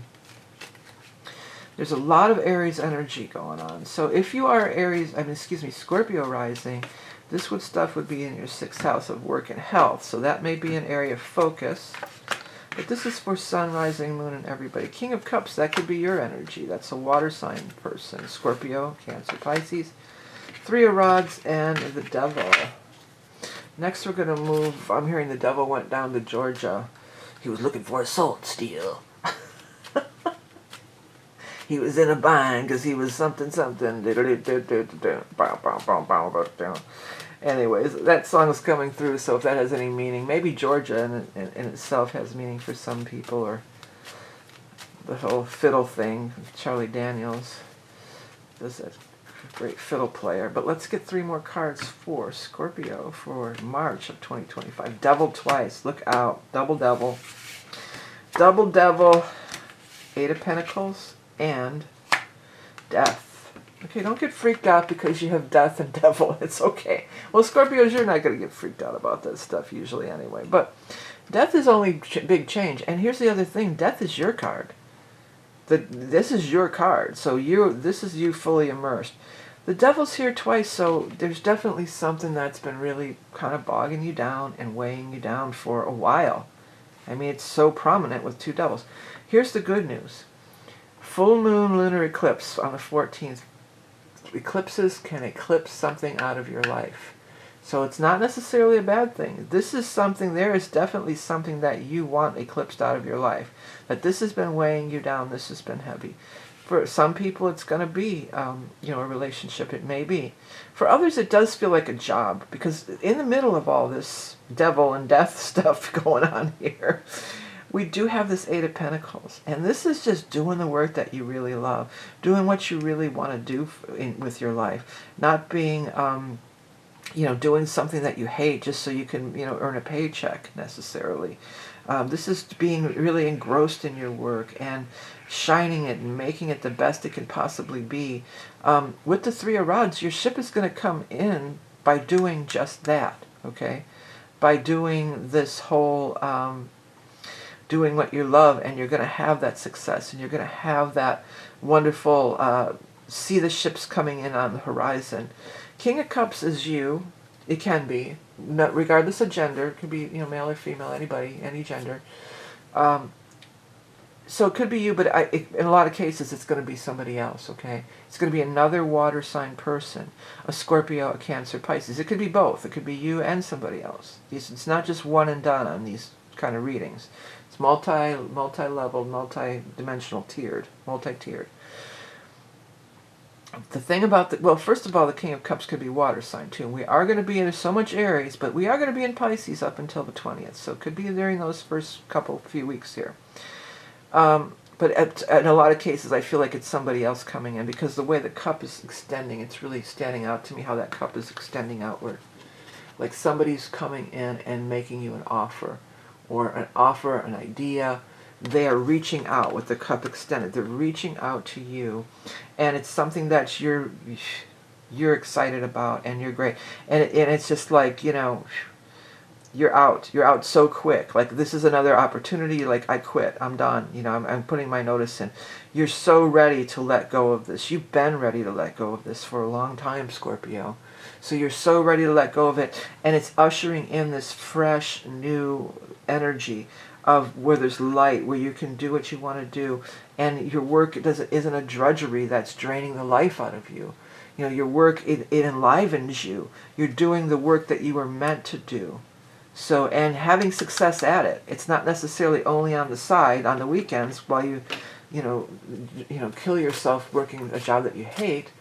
This is where you can devote the kind of time to it, the projects that you want to do, or the kind of work that is meaningful to you. That's what I'm getting, the kind of work that is meaningful. Meaningful for you. All right, let's move over into our animal totem for Scorpio. This is Scorpio Sun, Rising, Moon, or anybody who identifies with Scorpio on any level. Frog, transformation.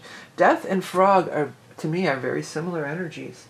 It's going through these changes. It's going through these metamorphoses. Okay, let's read what I initially wrote. Rainmaker, alchemist, clairaudient, fertility, transformation, metamorphosis, safe passage into the netherworld. The final stages of growth, you have arrived. Yeah. Well, not only the death card is saying that, you know, we're done with the old, we've arrived at the new, we've gone through all the challenges and all this being in bondage, and now we're ready for the new. But you have arrived. You arrived as showing up as a king too, because the king is further along on his path. He's not the page, he's not the knight, he's not the queen, they are the king. So they are at the highest peak. They have reached the pinnacle of success or self-development, or, you know, whatever. Emotional, very much emotional stuff is, you know, emotional maturity goes along with the King of Cups too. Okay, so I'm launching my new deck the same day this reading comes out on the 27th of February. It's going to be on Indiegogo for 30 days. I'd really love to get it made this time. This is just a very thin prototype that I made, but it's a pendulum board on one side and an oracle deck on the other, and I want to include all kinds of cool stuff with it. It's going to be an indie deck because I just can't, it's never going to work out with some of the other situations. So it's an indie deck, and I hope to get it out and published this year. Check out the Indiegogo. You can go to the end of the video to hear a little more, but there's a lot of information on the Indiegogo page. Let's go ahead and get a card from the All-Seeing Eye Oracle for our Scorpios for the month of March of 2025. I want to take this top card. It says space. So you're blasting off into outer space, baby. Yeah, well, space is Uranus energy too, and what's interesting about if you bring in the Uranus, I have that in there too, the symbol of Uranus. And by the way, any of these symbols that stand out to you, you know, many of them have modern day connotations here. So, you know, you could find some modern day things on this, but you know, any symbol that stands out to you, pay attention to that, because that's meant to trigger your intuition as well. Okay, let me jump over, and I wrote a booklet. I want to show the booklet, and I want to show how it's laid out, and I want to read the full definition that I wrote, because I actually did this deck almost a year ago. It was 9 months of work, and then I tried to launch it, and it didn't fly. And I'm going to try to launch it again, and hopefully it'll fly this time. Okay, space, the final frontier. So this is what the booklet looks like. It has this title, 3 keywords, a key sentence, and then more information. Space, future, stargazer, transcend, those are the keywords. Blasting off, exploring new territory, yeah, okay. The space card is inviting you to look beyond the mundane existence of the Earth plane. Mundane existence, wasn't I talking about that? We are but one of a billion, one of the billions of galaxies in the known universe. A mind-boggling fact indeed. There is so much more than meets the eyes that we mere mortals can even comprehend. The night sky brings a sense of peace and wonderment as we bask in its vastness. You may have an affinity with or sense the presence of a higher expression of consciousness, perhaps otherworldly. I'm talking about being under the sky, get the stars, get out under the stars. On a more down-to-earth level, the space card may indicate an interest in astronomy, astrology, or even astrophysics. This card can be a message of breaking free from limiting situations and blasting off into new possibilities that have never been explored before. Breaking free from limiting situations. That's exactly what the Devil card talks about, being in limiting situations. So this is the month to break free, to blast off, and take flight to the universe. Marriage. Well, some of you it could be a marriage. Some of you may be ending a relationship, I'll be honest. Because this bondage, maybe if it's gotten to the point where you feel like it's just in bondage and it's dragging you down, and maybe that might be it for some. Let's see here. Someday we'll be together. Yes, we will. Alright, lots of proverbs. The bigger they are, the harder they fall. Well, you know, here's what I've picked up with that. I feel like in some cases you're just not being appreciated. Whether it is a relationship, whether it is at work. And your absence, when you say, okay, I'm leaving, I'm going on to this next thing, I'm blasting off here, the next thing is going to be, you know, you'll be missed. Your presence, and because Capricorns, you're a hard worker. I mean, I called you Capricorn because of a devil energy. By the way, the devil could be, you might be dealing with a Capricorn. But Scorpios, you're hard workers too. I don't know if I finished that thought about Uranus here, but Uranus being on here, Pluto, the planet of your ruling planet, is in Aquarius that's Uranus energy. So there is right now Scorpios there is a tie-in energetically to the planet Uranus and the Pluto in Aquarius, because it is your ruling planet, which rules outer space and all this stuff. So there's a little bit of astrology tie-in as well. So okay, Scorps, if there's ever a time, eclipse season, let something be eclipsed out of your life, whatever the case may be, because then you're going to soar like the angels. The guy just said, soar like the angels. I was realizing this deck is so dark, I should have used maybe a darker background and darker deck, but it's colorful. It just doesn't really go with all the bright colors so much. But anyways, hey, don't forget to head over to that Indiegogo page and help me out if you can. I would really appreciate it on whatever level. Even if you share the campaign, if you can't give any money or you don't want to buy the deck, any help is so appreciated. If you want to get in on that Aries Ingress reading and look at this full moon eclipses and the new moon eclipse, look at all, that's only going to be available to the end of this month, so check that out as well. In the meantime, have a great month, Scorpio, and we're going to be back. Well, I post readings every week, not only on Patreon, but I post some kind of a reading every week, so check it out. Check out my channel, hit that subscribe button, it's always appreciated. Next, we're going to move on to Sagittarius. Hello Sagittarius, this is going to be your March of 2025 Psychic Tarot reading for Sag Sun, Rising, Moon, anybody who has prominent placements or resonates with Sagittarius energy. This is for you. We've got the Magician, we've got the Six of Cups, and we've got the Page of Swords. Okay. This is going to be, there's a lot of astrology going on, big shifts and changes. Now, just because it's not in your sign doesn't mean you're not affected. Not at all. Because everybody is affected. A lot of the action is happening in Aries energy. So that will be a nice trine to your fiery Sagittarius energy. But, oh, so this one flipped the wrong way. So Three of Cups. I'm going to cut two for the remaining. Got Two of Pentacles and Page of Fire. So two pages. Got two pages and the Six of Cups card, which has children on it. So some of you, this could have some kind of tie-in to something having to do with children. Maybe a child's birthday party or something like that. But it's, you know, things are going to be happening and moving. Both the Page of Swords and the Page of Rods are action-oriented things. This is air energy and fire energy, like you, like a fire energy. Air and fire. Air feeds fire.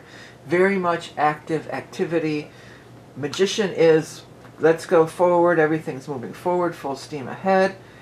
And there's going to be a cause to celebrate. So there is something to celebrate. Now, I'm not sure. Is there any actual holidays coming up in March? Nothing that comes to mind off the top of my head.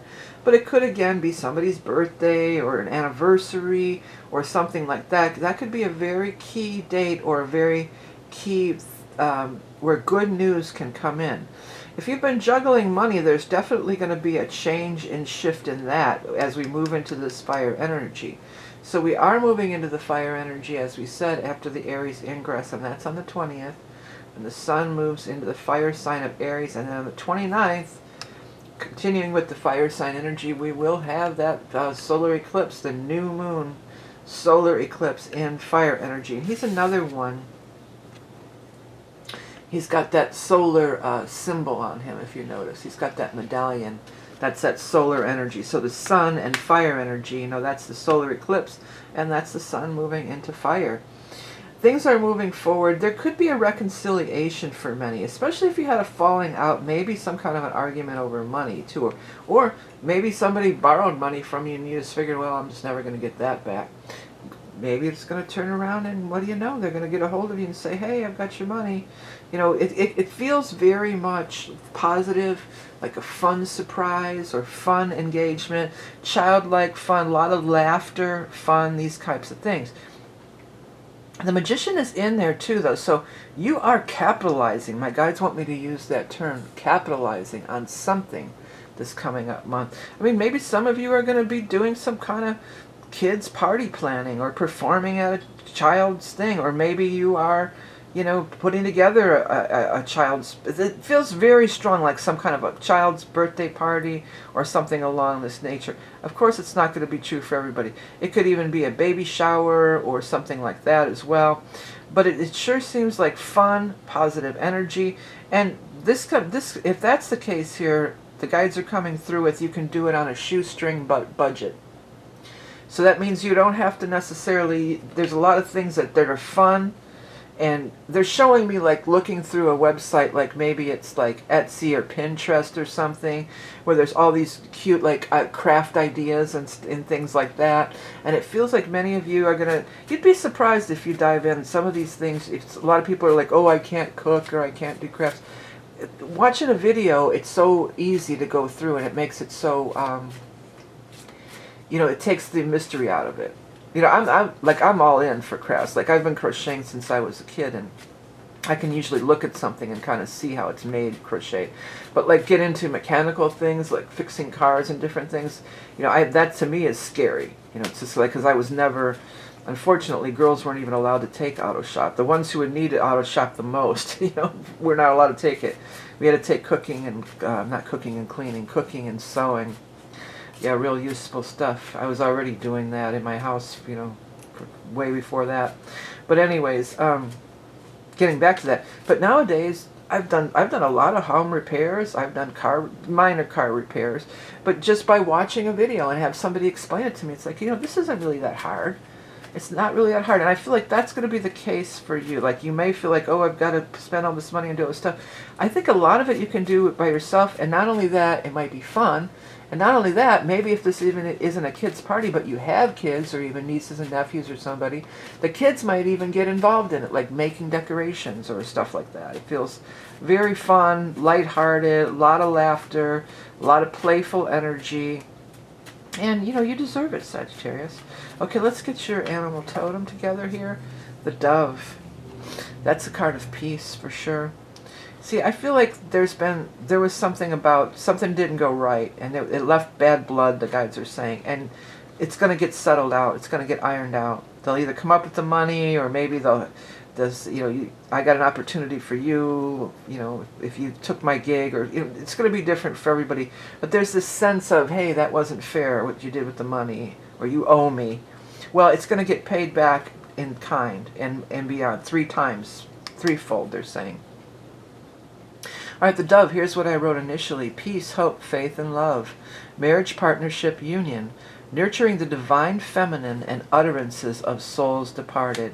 Meaning, you know, you could be getting a contact. You know, with this eclipse energy, anything's possible. You could totally be getting contact from people on the other side during the eclipse energy. That's definitely a thing. Especially that first one. Well, the second one's the new moon trining. That's beautiful. But this first full moon one, that's squaring your stuff. You could totally get some kind of message or some kind of a big awareness around that.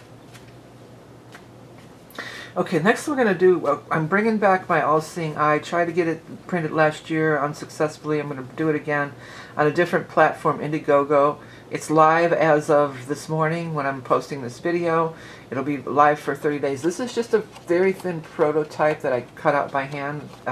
So I want to get the real deck printed.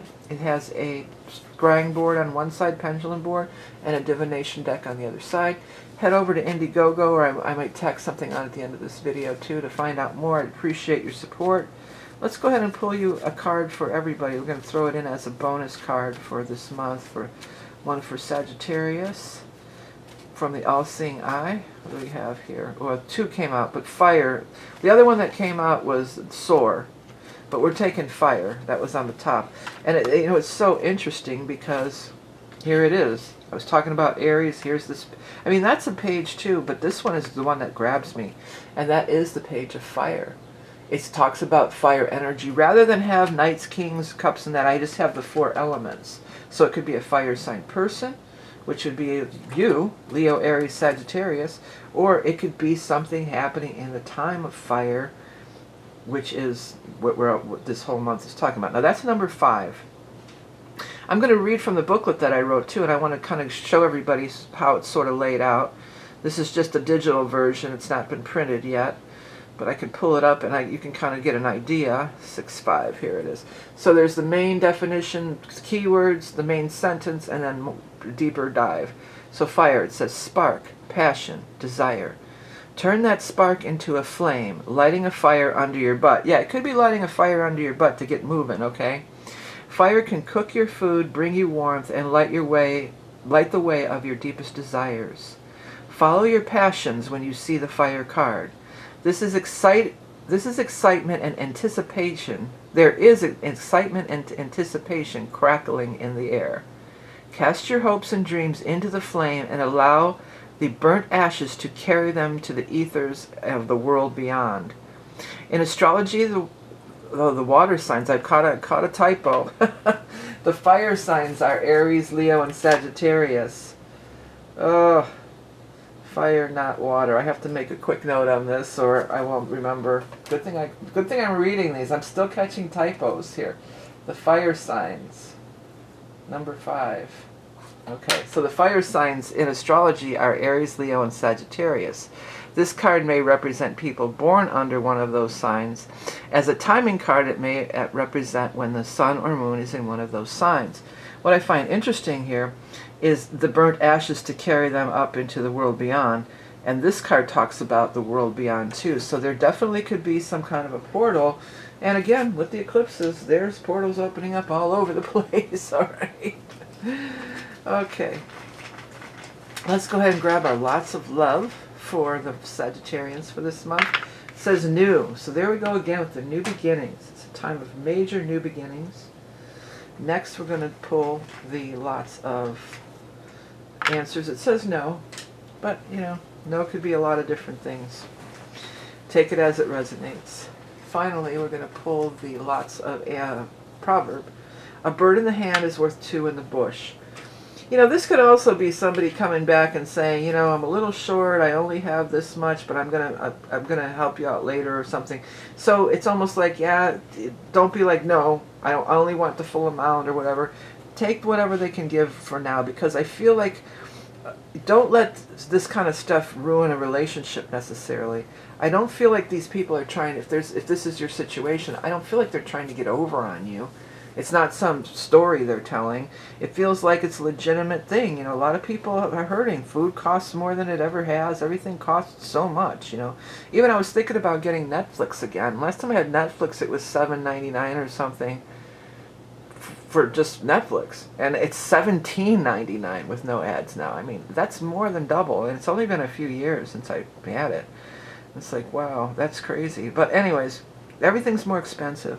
People, you know, the money's different now. It's not as flowing as it has been. I feel like this is an honest thing, an honest offer, a bird in the hand. It's a bird in the hand. It's gonna, you know, I'm not gonna. It's always gonna be your decision. If this person's not trustworthy, you know, there's thousands of people watching this video, so it's not gonna be true for everybody. But for most, I think the advice is, give somebody a chance, give them a shot, make peace. I was picking up peace before that, making peace, and here comes the card with peace. And then the utterances of souls departed. There could definitely be a strong presence of spiritual energy around many Sagittarians this month.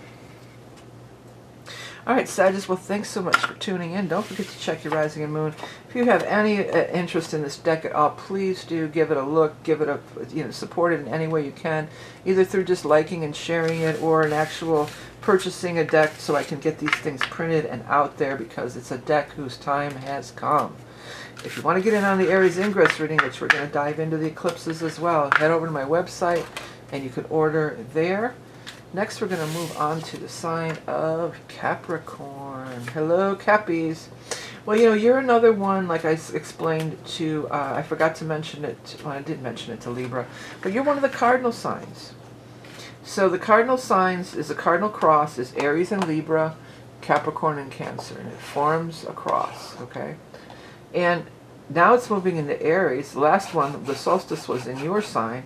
Now it's moving into Aries, so it's made a quarter turn. So it's making a square. And the squares make things happen. Many times the cardinal people, anytime there's a cardinal ingress, as they say, when the sun moves into a cardinal sign, it's a change of season. Regardless if you're in northern or southern hemisphere, that doesn't matter. So you can often feel these things more than maybe some of the other people might feel them. Let's get your first three cards for March. Capricorn, Magician. Boy, has that Magician been out this month. Magician and the Six of Swords. And finally, Three of Rods. That card's been out quite a bit as well. Next, we're going to move over and get three more cards from the Hanson Roberts for our Capricorn friends. For, you know, and again, it's eclipse season. So everybody's going through changes. Everybody feels the eclipses. The effects of the eclipses last for 6 months at least. 6 months and beyond, my guides just said. Okay, let's get three cards for Capricorn, Sun, Rising, Moon. We've got the Devil. That's been out too. That's your card, actually. Followed by the Wish card. Nice. And Justice. All right. Well, your wish is coming true. That's the central thing here. You got the Wish card. So if you came into this reading with an actual question in mind, like I wonder if this or that's going to happen, or the outcome will be, the Wish card is a big yes. The big yes, and it says you're going to get what you want. Things are going to go in your favor. It's right next to the Justice card, so often that will be some kind of a legal matter, possibly signing of contracts, legal papers, but also justice can be karmic justice. Some kind of cycle has come to a completion, and whatever you were in bondage to, with the Devil here, but it's also your card, it does represent you, justice has been done. You don't have to stay in bondage to that anymore. You don't have to be held down by that anymore. What was I going to say? Oh, these eclipses too. These are very karmic things too. Both of these cards are kind of leading and indicating karma stuff. So some kind of karmic cycle is completing for everybody. And in your case, it looks like it could be something wonderful with the wish card here. You're not in bondage anymore. These people are in bondage and unable to move because the magician moves freely. He moves freely and he's empowered with all the things on his table. He can do anything he wants in this world. And you're feeling your oats. That's what my guides are saying. You're feeling your oats. You're able to move on and move past the troubled waters and into the smoothing sailing. And what are you moving towards here?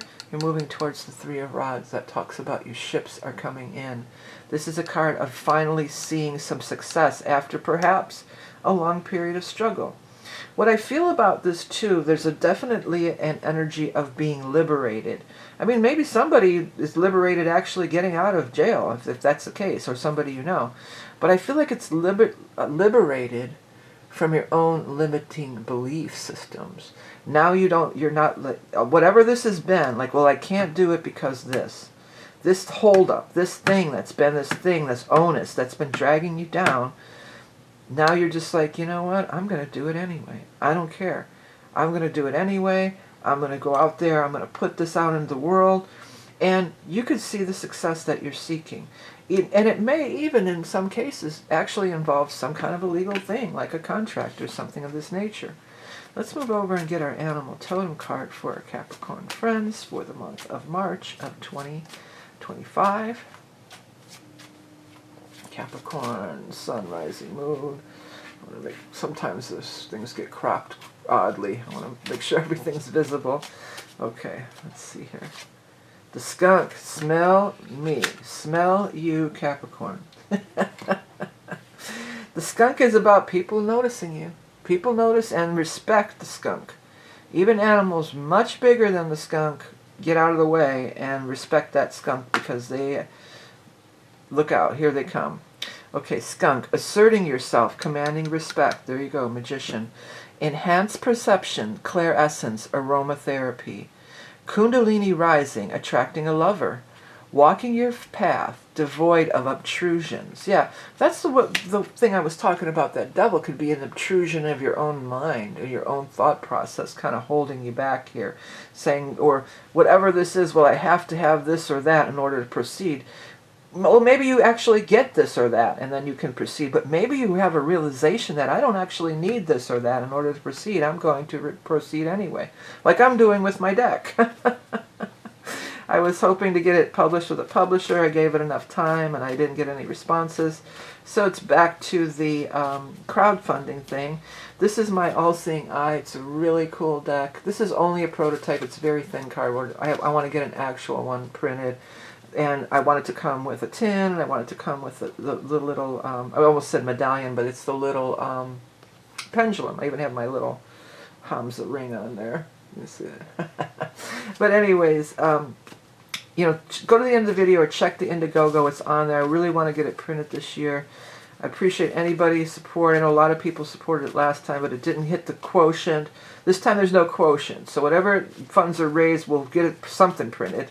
It might not be the deluxe version that I want with the pendulum and the tin and everything, but it may be a PDF of the booklet, but we'll get something printed. The deck will be printed, hopefully, this time, and I hope we can do it really the way I want it with the whole color booklet and everything, but let's see what happens.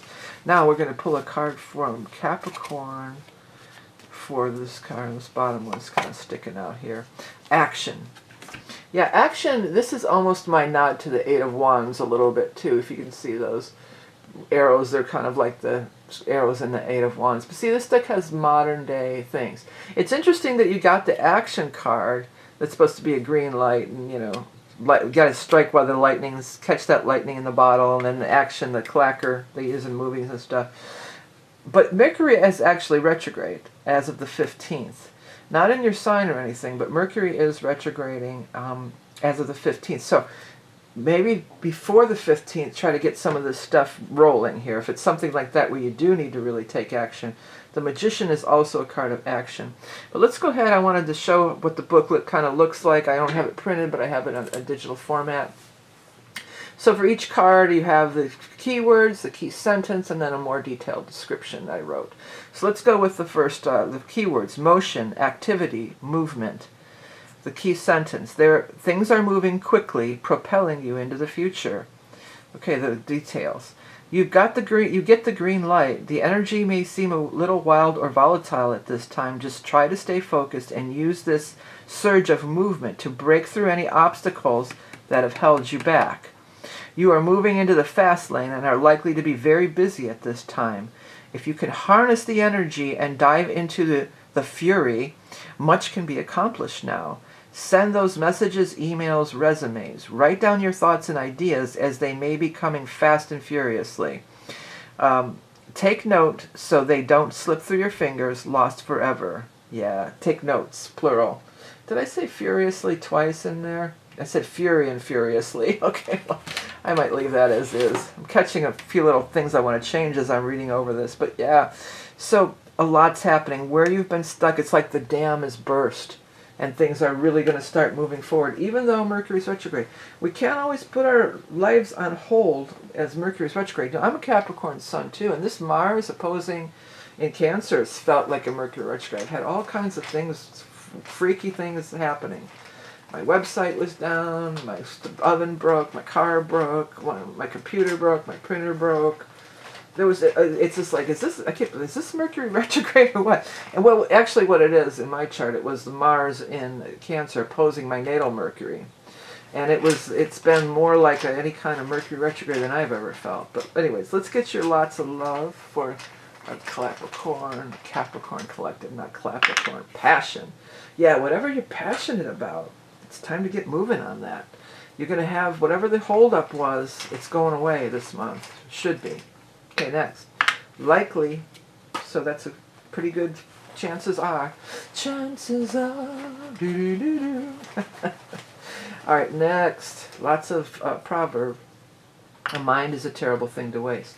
It's interesting, too, because the whole thing, it's mercurial, mind, you know.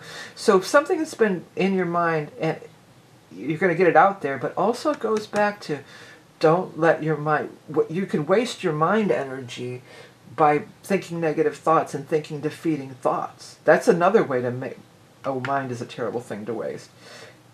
Excuse me, don't waste your mind on making excuses and setting up obstacles for yourself. Because Capricorn, I mean, again, I'm a Capricorn, I'm not downing on you guys, I'm right there with you, but there can be, we're ruled by Saturn. There can be a little tendency towards the pessimistic, you know, so we got to keep that bright energy going. Get that skunk out there and just put it out there, baby. Whatever it is, I'm doing it. I'm putting my deck out there. So put it out there. Show the world what you got. And you may be surprised that some wonderful things could blossom and come forth from it, okay? All right, Caps, well, thanks so much for tuning in and checking out the reading. Do check your rising and moon. And if you want to get in on the Aries Ingress reading, where we will dive into the eclipses as well this year, so you're getting like 3 for 1 almost, that's only going to be available to the end of this month, so check it out from my website. And please do head over to the Indiegogo, check it out, share it, like it, get involved, buy the deck, whatever it takes. Let's get this thing out there. All right, Aquarius, you're up next. This is going to be for Aquarius, Sun, Rising, and Moon, or anybody who has vibes with Aquarius energy on whatever level. You know, we could sit here all day and name off planets, or even if you're a cross-watcher. But let's get some cards here together for Aquarius friends. This is a huge month of change. Not only the Aries Ingress, the seasonal change, but we're going to have the eclipses as well. So you've got the Nine of Pentacles, the Three of Rods, and the Lovers. Okay. Next we're going to pull 3 cards from the, I almost said Beast Mistress Oracle cards, but it's actually the Hanson Roberts Tarot. Let's do that. What is up for Aquarius for the month of March of 2025? This one flew out, so we're going to stop the shuffle and cut from here.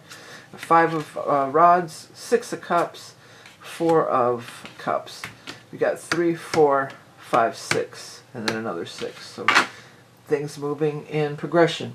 If you have been in a fight or an argument with a loved one, you may be making up this month. You might hear back from them. You may be making peace, making up. Let me quickly get a drink of water. I'm losing my voice. Excuse me. So you may be hearing from someone, or you may be reaching out yourself. Definitely where we haven't been able to agree, we're going to be agreeing now. A lot of relationship stuff should really be smoothing out this month by looking at these cards, because not only do we have the Six of Cups, feeling close and reunited and in love again, but we have the Six Lovers here. So love in the upright position. Love is, abounding, they're saying. But, feeling that love energy, whether it is in a romantic partnership or just in general. Maybe for some of you, you may be really in that love vibe. Maybe your kids are coming back for a visit, coming home for a visit, or you're going to go for a visit. And it feels like there's just this great... This card is just grabbing me so strong of the whole spread here. This just is grabbing me. So this is that love, happiness, joy, reconciliation, children, family, creativity, beautiful energy. Somebody's making you an offer. So it feels like that for many, if you've had it falling out, that the other person may be making that peace offering. The guys are saying, however small or minute. So maybe it's not the big apology you're hoping for if you've been on the outs with somebody. But maybe it's something, a little gesture. Maybe it's a little gesture, a little note, or a little somebody they're going to tag you on social media or something. Or maybe they're going to see, if they have the memories, they're going to see a picture come up in the memories, and things like that. But it's a little gesture. Don't be, my guide said, don't be a curmudgeon. Don't be a curmudgeon, Aquarius. If they make that little gesture, respond in kind, because you don't want to be in this zone, right? We don't want to be in this Five of Rods, in this confrontational fighting BS. We want to be in the love zone and the love vibe. On another note, it certainly looks like there's some major financial gains could be made here, okay? You've got the Nine of Pentacles, that's, flourishing financially, sometimes having your own business or independent situation. And then the Three of Rods, your ships are coming in. So you're gaining this big success. The guide said you're gaining this big momentum. You're making a dent. I'm seeing dent there. Let that happen too if you see these words stand out. You're making a dent in some of the things that you've been wanting to accomplish. You've had this long list of accomplishments that you've wanted, and you're making a dent in it now, and it's a big dent. I mean, this is definitely like some kind of a pinnacle of success, but it's only not the whole. It's not the whole shebang. It's only part of the way that you see yourself going, because you have big dreams now, Aquarius. But you're going to get yourself really definitely up that mountain, or up to that first step to where you're heading, where you could see some major success. It's maybe not the top, exactly everything you wanted, but it's a step in the right direction. I guess that's what I was trying to say. Okay, let's get the animal totem card for Aquarius for the month of March of 2025. The deer. Now the deer is about being gentle. That's what I was getting here. If somebody makes some kind of little thing, don't be like, well, that's not enough. You gotta apologize. Don't go down that road. Be gentle. Be receptive. Don't let this be your go-to way of being. Your go-to expression. Like, ready to fight. Ready to lock horns. Ready to clash. No. Go to the softer side. Explore your softer side. Be forgiving. They said be forgiving and be forgived in kind. That's what the guides are saying. So, in other words, you're not innocent in this. You said some harsh words, or harsh words are spoken. What's that word? What's that song? I can't find. It's something about harsh words were spoken. I can't grab it. But they're sending me a song about harsh words were spoken. But it's about smoothing things over and getting some success. Don't poo-poo. Pat yourself on the back for the progress that you have made, because you really have made some progress. I feel like you get to this thing and you're just like, but that's not really what I wanted. but it's a lot. Be appreciative and be in gratitude of what is accomplished, okay? Now, this is my deck. I've been talking about it every sign. I tried to get it out last year. It's an oracle card. It's a divination board on one side with a pendulum, which I want to include, and it's oracle cards on the other. This is a very thin prototype that I just cut out. I want to get the actual deck printed. So I've got the Indiegogo campaign going. Take it out if you're interested, if you can contribute on any level. It would certainly be helpful to get this deck printed and out there. But let's pull a card for Aquarius for March of 2025. Sorrow. Yeah. So, you know, maybe you've come through some sorrow. What I get, coming back to this same theme here, it feels like you really miss them. You know, you've come through some stormy stuff in your relationship, and I feel like in your heart, I mean, maybe you're angry, but in your heart of hearts, I feel like you really miss them, okay? What I want to do, too, what I've been doing, is going through and showing you how the booklet's set up. I don't have it printed. I only have it in digital format. But I have written in-depth explanations for these cards, okay? So it's going to be the 3 keywords, a key sentence, and then a more detailed explanation. I'm going to read it off my phone because I don't have it printed yet. Okay, sorrow, tears, regret, sadness. Upon us all, a little rain must fall, to quote Robert Plant, of course. Life is not always peaches and creams. There is times when we may feel sorrow. This is the earthly dilemma, the dual nature of this existence. Without the lows, we would not appreciate the highs. Know that this is only a temporary state of being, and the sun will shine again. The actual shedding of tears can be a cathartic experience. Allow for the release and purge yourself of any heavy burdens that may be plaguing you at this time. Always remember, this too shall pass. Yeah, and I feel like this too shall pass this month, if you allow it. If you don't be a nudge, they're saying. Alright, if this doesn't resonate, you can always check your rising and moon. But on the bright side, definitely looks like some major finance stuff. Okay, let's go ahead. Did I read the deer energy? I don't think I did I? Gentle, peaceful, sensitive soul, loving persuasion realizes desires. Pay attention to your surroundings, ready to act in an instant. Quiet retrospect and introspect reveals the answers you seek. But yeah, it's just about being gentle and dropping this, you know, this harsh facade that you've been perhaps dealing with this certain situation or person. Okay, lots of love, cheater. Well, yeah, maybe that's it. And if they cheated and you don't want to let them back in, then you don't, you know, that's up to you. But if, you know, if it's complicated at times, I know. It can be complicated. Next. Indeed. So it's an Indeed. I've been saying this lately. If you're looking for job or financial stuff, maybe check that website. I'm not affiliated with them in any way. Lastly, lots of proverb. All's well that ends well. Yeah, all's well that ends well. So, the past is in the past. Bring the positive energy into the present. Forgive them. Maybe. Some cases, maybe not. Maybe you'll move on. Cheating isn't going to always be the thing for everybody. You know, cheating could be, if it's your kids, maybe they cheated on their game that you were playing. You know, it could be a lot of different things. It doesn't necessarily mean infidelity necessarily, okay?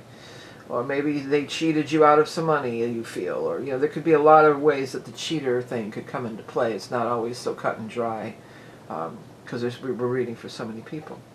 So anyway, so this is the reading. Hey, if you want to get in on this Aries Ingress and take a look at these powerful eclipses, this is like a 3-for-1 kind of a reading. It'll only be available for the end of this month, so do check it out. Please do check out my Indiegogo for this deck. I really want to get it printed. I think it's the coolest deck ever. This is a culmination of all my years of reading people and answers questions that people really want to ask. Not some random thing about knights and kings and stuff. It's about our real day, you know, modern day life, okay? Alright, next we're going to move on to the sign of Pisces, and happy birthday to all you Pisces out there. I hope you're having a great solar return, which is the time frame when the sun moves back into your sign every year. Your sun moves back into the position. It's your solar new year. And it's the astrological new year as on the Aries Ingress as the sun moves into Aries. So powerful time to set your intentions and create your reality. Also the eclipses. I'm gonna talk about these eclipses a little with you guys, but let me get these cards off for you. We got Six of Rods, Justice, and Magician. Magician has been out, man, up and down both. Okay, next we're gonna go to 3 cards for our Pisces friends, Sun, Rising, Moon. Anybody who has interest or placements in Pisces. What do we got here? Got Justice twice. Double Justice. Okay, next. Page of Pentacles. And finally, Page of Rods. I went over this a little bit in the intro, of the astrology intro. If you skipped it, you listen. Because we've been having eclipses in Aries and Libra. They're always in the opposite signs of each other.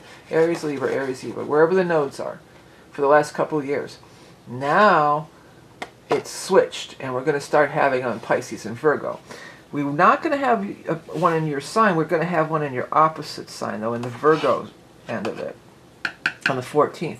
But it still marks the transition to this axis. The eclipses were on this axis for the last couple of years, and now they're going to be on this axis for the next couple of years. So you're part of that. So in addition to having Saturn in your sign, which is karmic, and the node in your sign, which is karmic, you're going to have the eclipses happening in your sign, and Neptune has been in your sign too. So it's a lot of Pisces. You guys are so in the mix. There's so much energy going on. You will have, actually, the eclipse will be in your sign this year. You'll get the first one in your sign in the fall. It's going to be a full moon eclipse, a lunar eclipse in September. But that's a ways off. But anyways, so here's the card. Justice twice. We can't ignore this. So is it justice for some? Legal matters? Victory in some kind of a legal case? You're victorious. You win the legal battle. Excuse me one second. I'm choking on my own saliva. Excuse me one second. Or is it just that you've overcome this big karmic cycle? Because that's the other thing with the Justice card. It absolutely talks about karmic cycles. Justice has been done. A karmic cycle has been completed. Things are coming back into balance. You've paid your karmic dues. And with all these karmic placements going on in astrology, that's definitely a factor. But again, it could be if there's some kind of a thing where you were competing for, you know, a grant or an endowment or a job even, you know, you could be the one that gets chosen, and then you're doing the legal papers. Money's coming to you. Some of you, this could be some income tax return. If you're waiting on an income tax return, that could be coming back to you.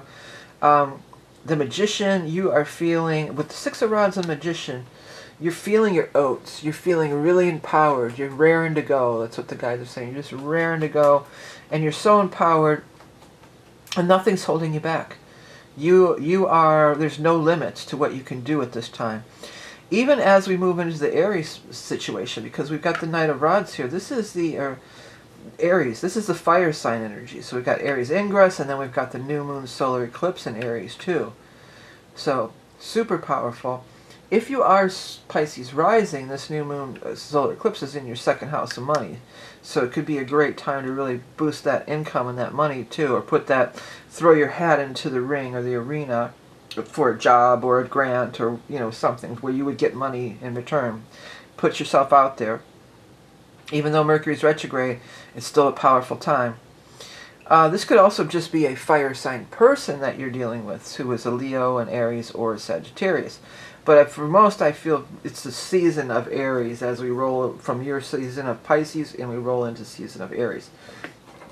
So super powerful. This is the new axis. This is the new eclipse energy, which you are fully involved in. But let's go ahead and get your animal totem for our Pisces friends for the month of March. Got the snail. Snail talks about things moving slowly, but it also can be an indicator for you to slow down and notice things that are going on. Beneath the stony hull lies a soft and dewy side, healing of deep wounds, rejuvenation. re-emerging after a period of rain. Slow down and appreciate the little things. Yeah, this eclipse could really throw you back out into the world again if you have, because Pisces, you do have that tendency to kind of go inward and be more of an inward energy a lot of the time. But this is a time to be out there. Put yourself out there, because you could end up the winner. You could end up being chosen or the winner. All right, this is my all-seeing eye. Some of you maybe remember I tried to do a Kickstarter last year. It didn't work out, so I'm going to move it to Indiegogo. It's an indie deck. They support indie decks, which is, this is what this is going to be.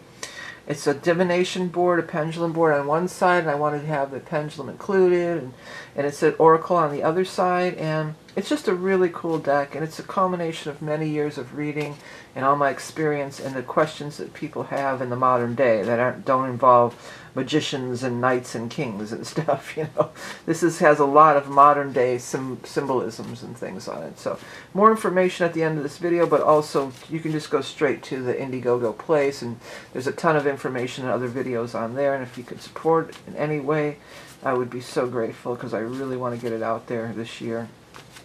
All right, let's go ahead and get our card for Pisces from the All-Seeing Eye for the month of March.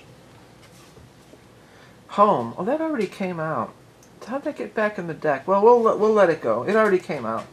But usually I set them aside. I must have not done that. What's meant to be is meant to be. So home, this is about home and family. There's some ancient symbols, like the runic symbol. I think this is a Native American symbol, if I'm not mistaken. And then there's just some modern symbolism, getting the keys to the house, a place that's filled with love and happiness and stuff. Okay, I read this for whoever else had it, but we're going to read it again. It's card number 30. See, I don't have the booklet printed, but I have it in digital format ready to go. And I'd like it to be full color like it is here. You know, I have it on my phone here. But let's see, number 30, the home. There's going to be keywords, a key sentence, and then a more detailed description for all 50 cards. There's 50 cards in this deck, and this booklet's 72 pages long, because there is spreads and all kinds of other stuff in it. It's a full-fledged book, you know.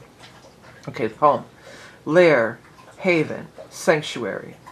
Home is where the heart is, a place to call your own. That's the key phrase. Now the more detailed description. We all need a place to call home, whether it is a brick-and-mortar building or simply a state of being. A place that is filled with love and good fortune for all who dwell there. If you have been wanting to move, this card may denote just that. A change for the better in your living situation is indicated. In some cases, you may be moving in with a partner and building a love nest. A sense of contentment and peace fills your heart as you lay your head down for the night. Yeah. Well, this could be that too. Talking about moving or buying a house or signing a lease. Either signing a lease or getting a loan to buy a home or a condo or whatever. That's what this whole thing here could be too, with the money and the justice in that. You know, because you definitely have to sign a lot of papers when you buy a house, but also when you, you know, if you rent somewhere, you got to sign a lease and stuff. Okay. All right. So let's go ahead and get the lots of love for Pisces. It says beautiful. Yeah. Everything's beautiful in its own way. Yeah. Just like you, Pisces. You're beautiful. Okay, next. Allegedly.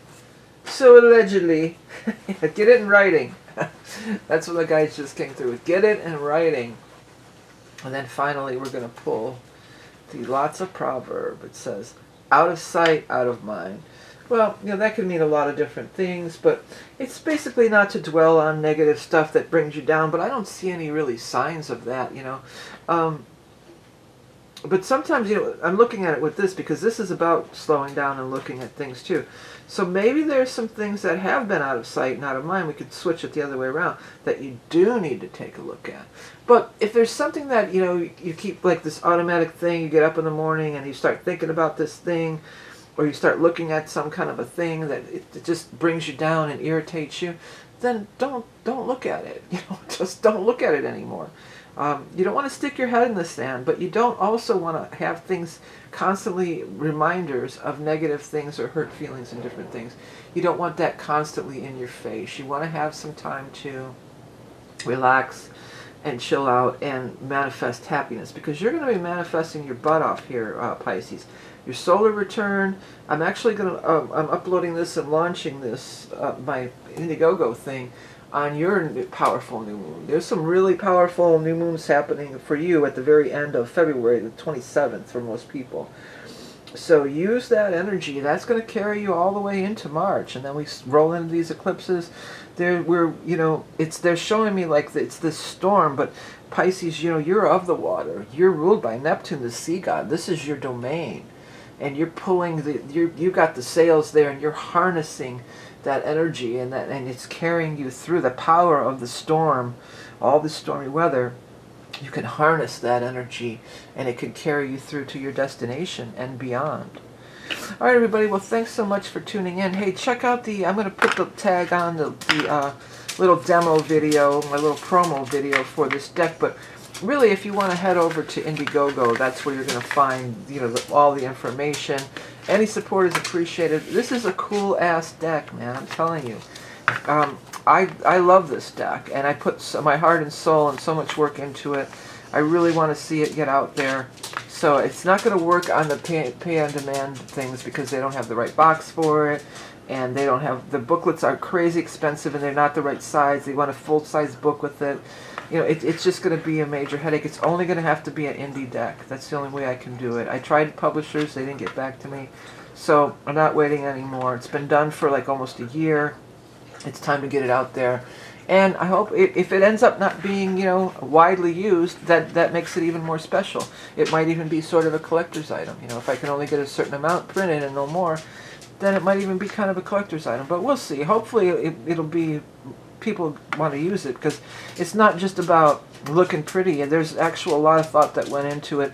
And it's all my years of experience of things that are missing from the tarot that are related to our modern day. So I hope you can check it out if you're interested, and check out the reading if you're interested, the Aries Ingress, because I'll be busy doing those. Thanks to everybody who's already ordered. Have a great month of March. Talk about big storms brewing, but we'll get through it, as we always do. Happy birthday again, Pisces, and stay tuned for a little bit more about the deck, but you can also just head to Indiegogo. Have a great month, everybody. Bye. Throughout the ages, the Hamza has been surrounded in an aura of magic, mystery, and lore. Dating back to ancient Mesopotamia, the Hamza, or Hand of Phantoma, holds a place of prominence in many cultures' spiritual practices, representing the mystical connection to divine consciousness and protection from the evil eye. Long associated with the psychic and seer and all forms of divination, seekers from all walks of life recognize this symbol of enlightenment and sacred knowledge. Now this ancient symbol is being brought forth in a brand new way, in the form of the all-seeing eye oracle cards. This 50-card oracle deck features the Hamza like never before. Created by spiritual artist vickieverlie, this deck is packed full of rich symbolism to trigger your subconscious mind and offer guidance, insights, and direction. Hi everyone, Vickieverlie here. Being a seasoned veteran of both psychic readings and spiritual art, this deck combines the best of both worlds, a fusion of both modern and ancient symbolism with bold, bright images as well as intricate designs to speak to your subconscious mind and commune with your guides and angels. This deck is easy to understand and work with, making it accessible to everyone. I'm excited to use the round format because it allows for more options other than just upright or reverse. As with the wheel of life and our planet Earth, the wheel is ever turning, Therefore, the card can be read as waxing and waning like the moon. Similar to the major arcana in the tarot, the all-seeing eye oracle chronicles the journey of life, starting with birth and culminating in nirvana or enlightenment. The accompanying guidebook is meant to be a jumping-off point, as I invite you to use the symbolism to trigger your own subconscious mind and strengthen your own intuition. Let your eyes wander as you gaze upon the cards to enhance your intuitive experience while using this deck. There's more than meets the eye with this unique deck. On the back of every card is a miniature divination board that can be used for further insights with the included mini pendulum. You may use this pendulum board to commune with your angels and guides to reveal even more intuitive details.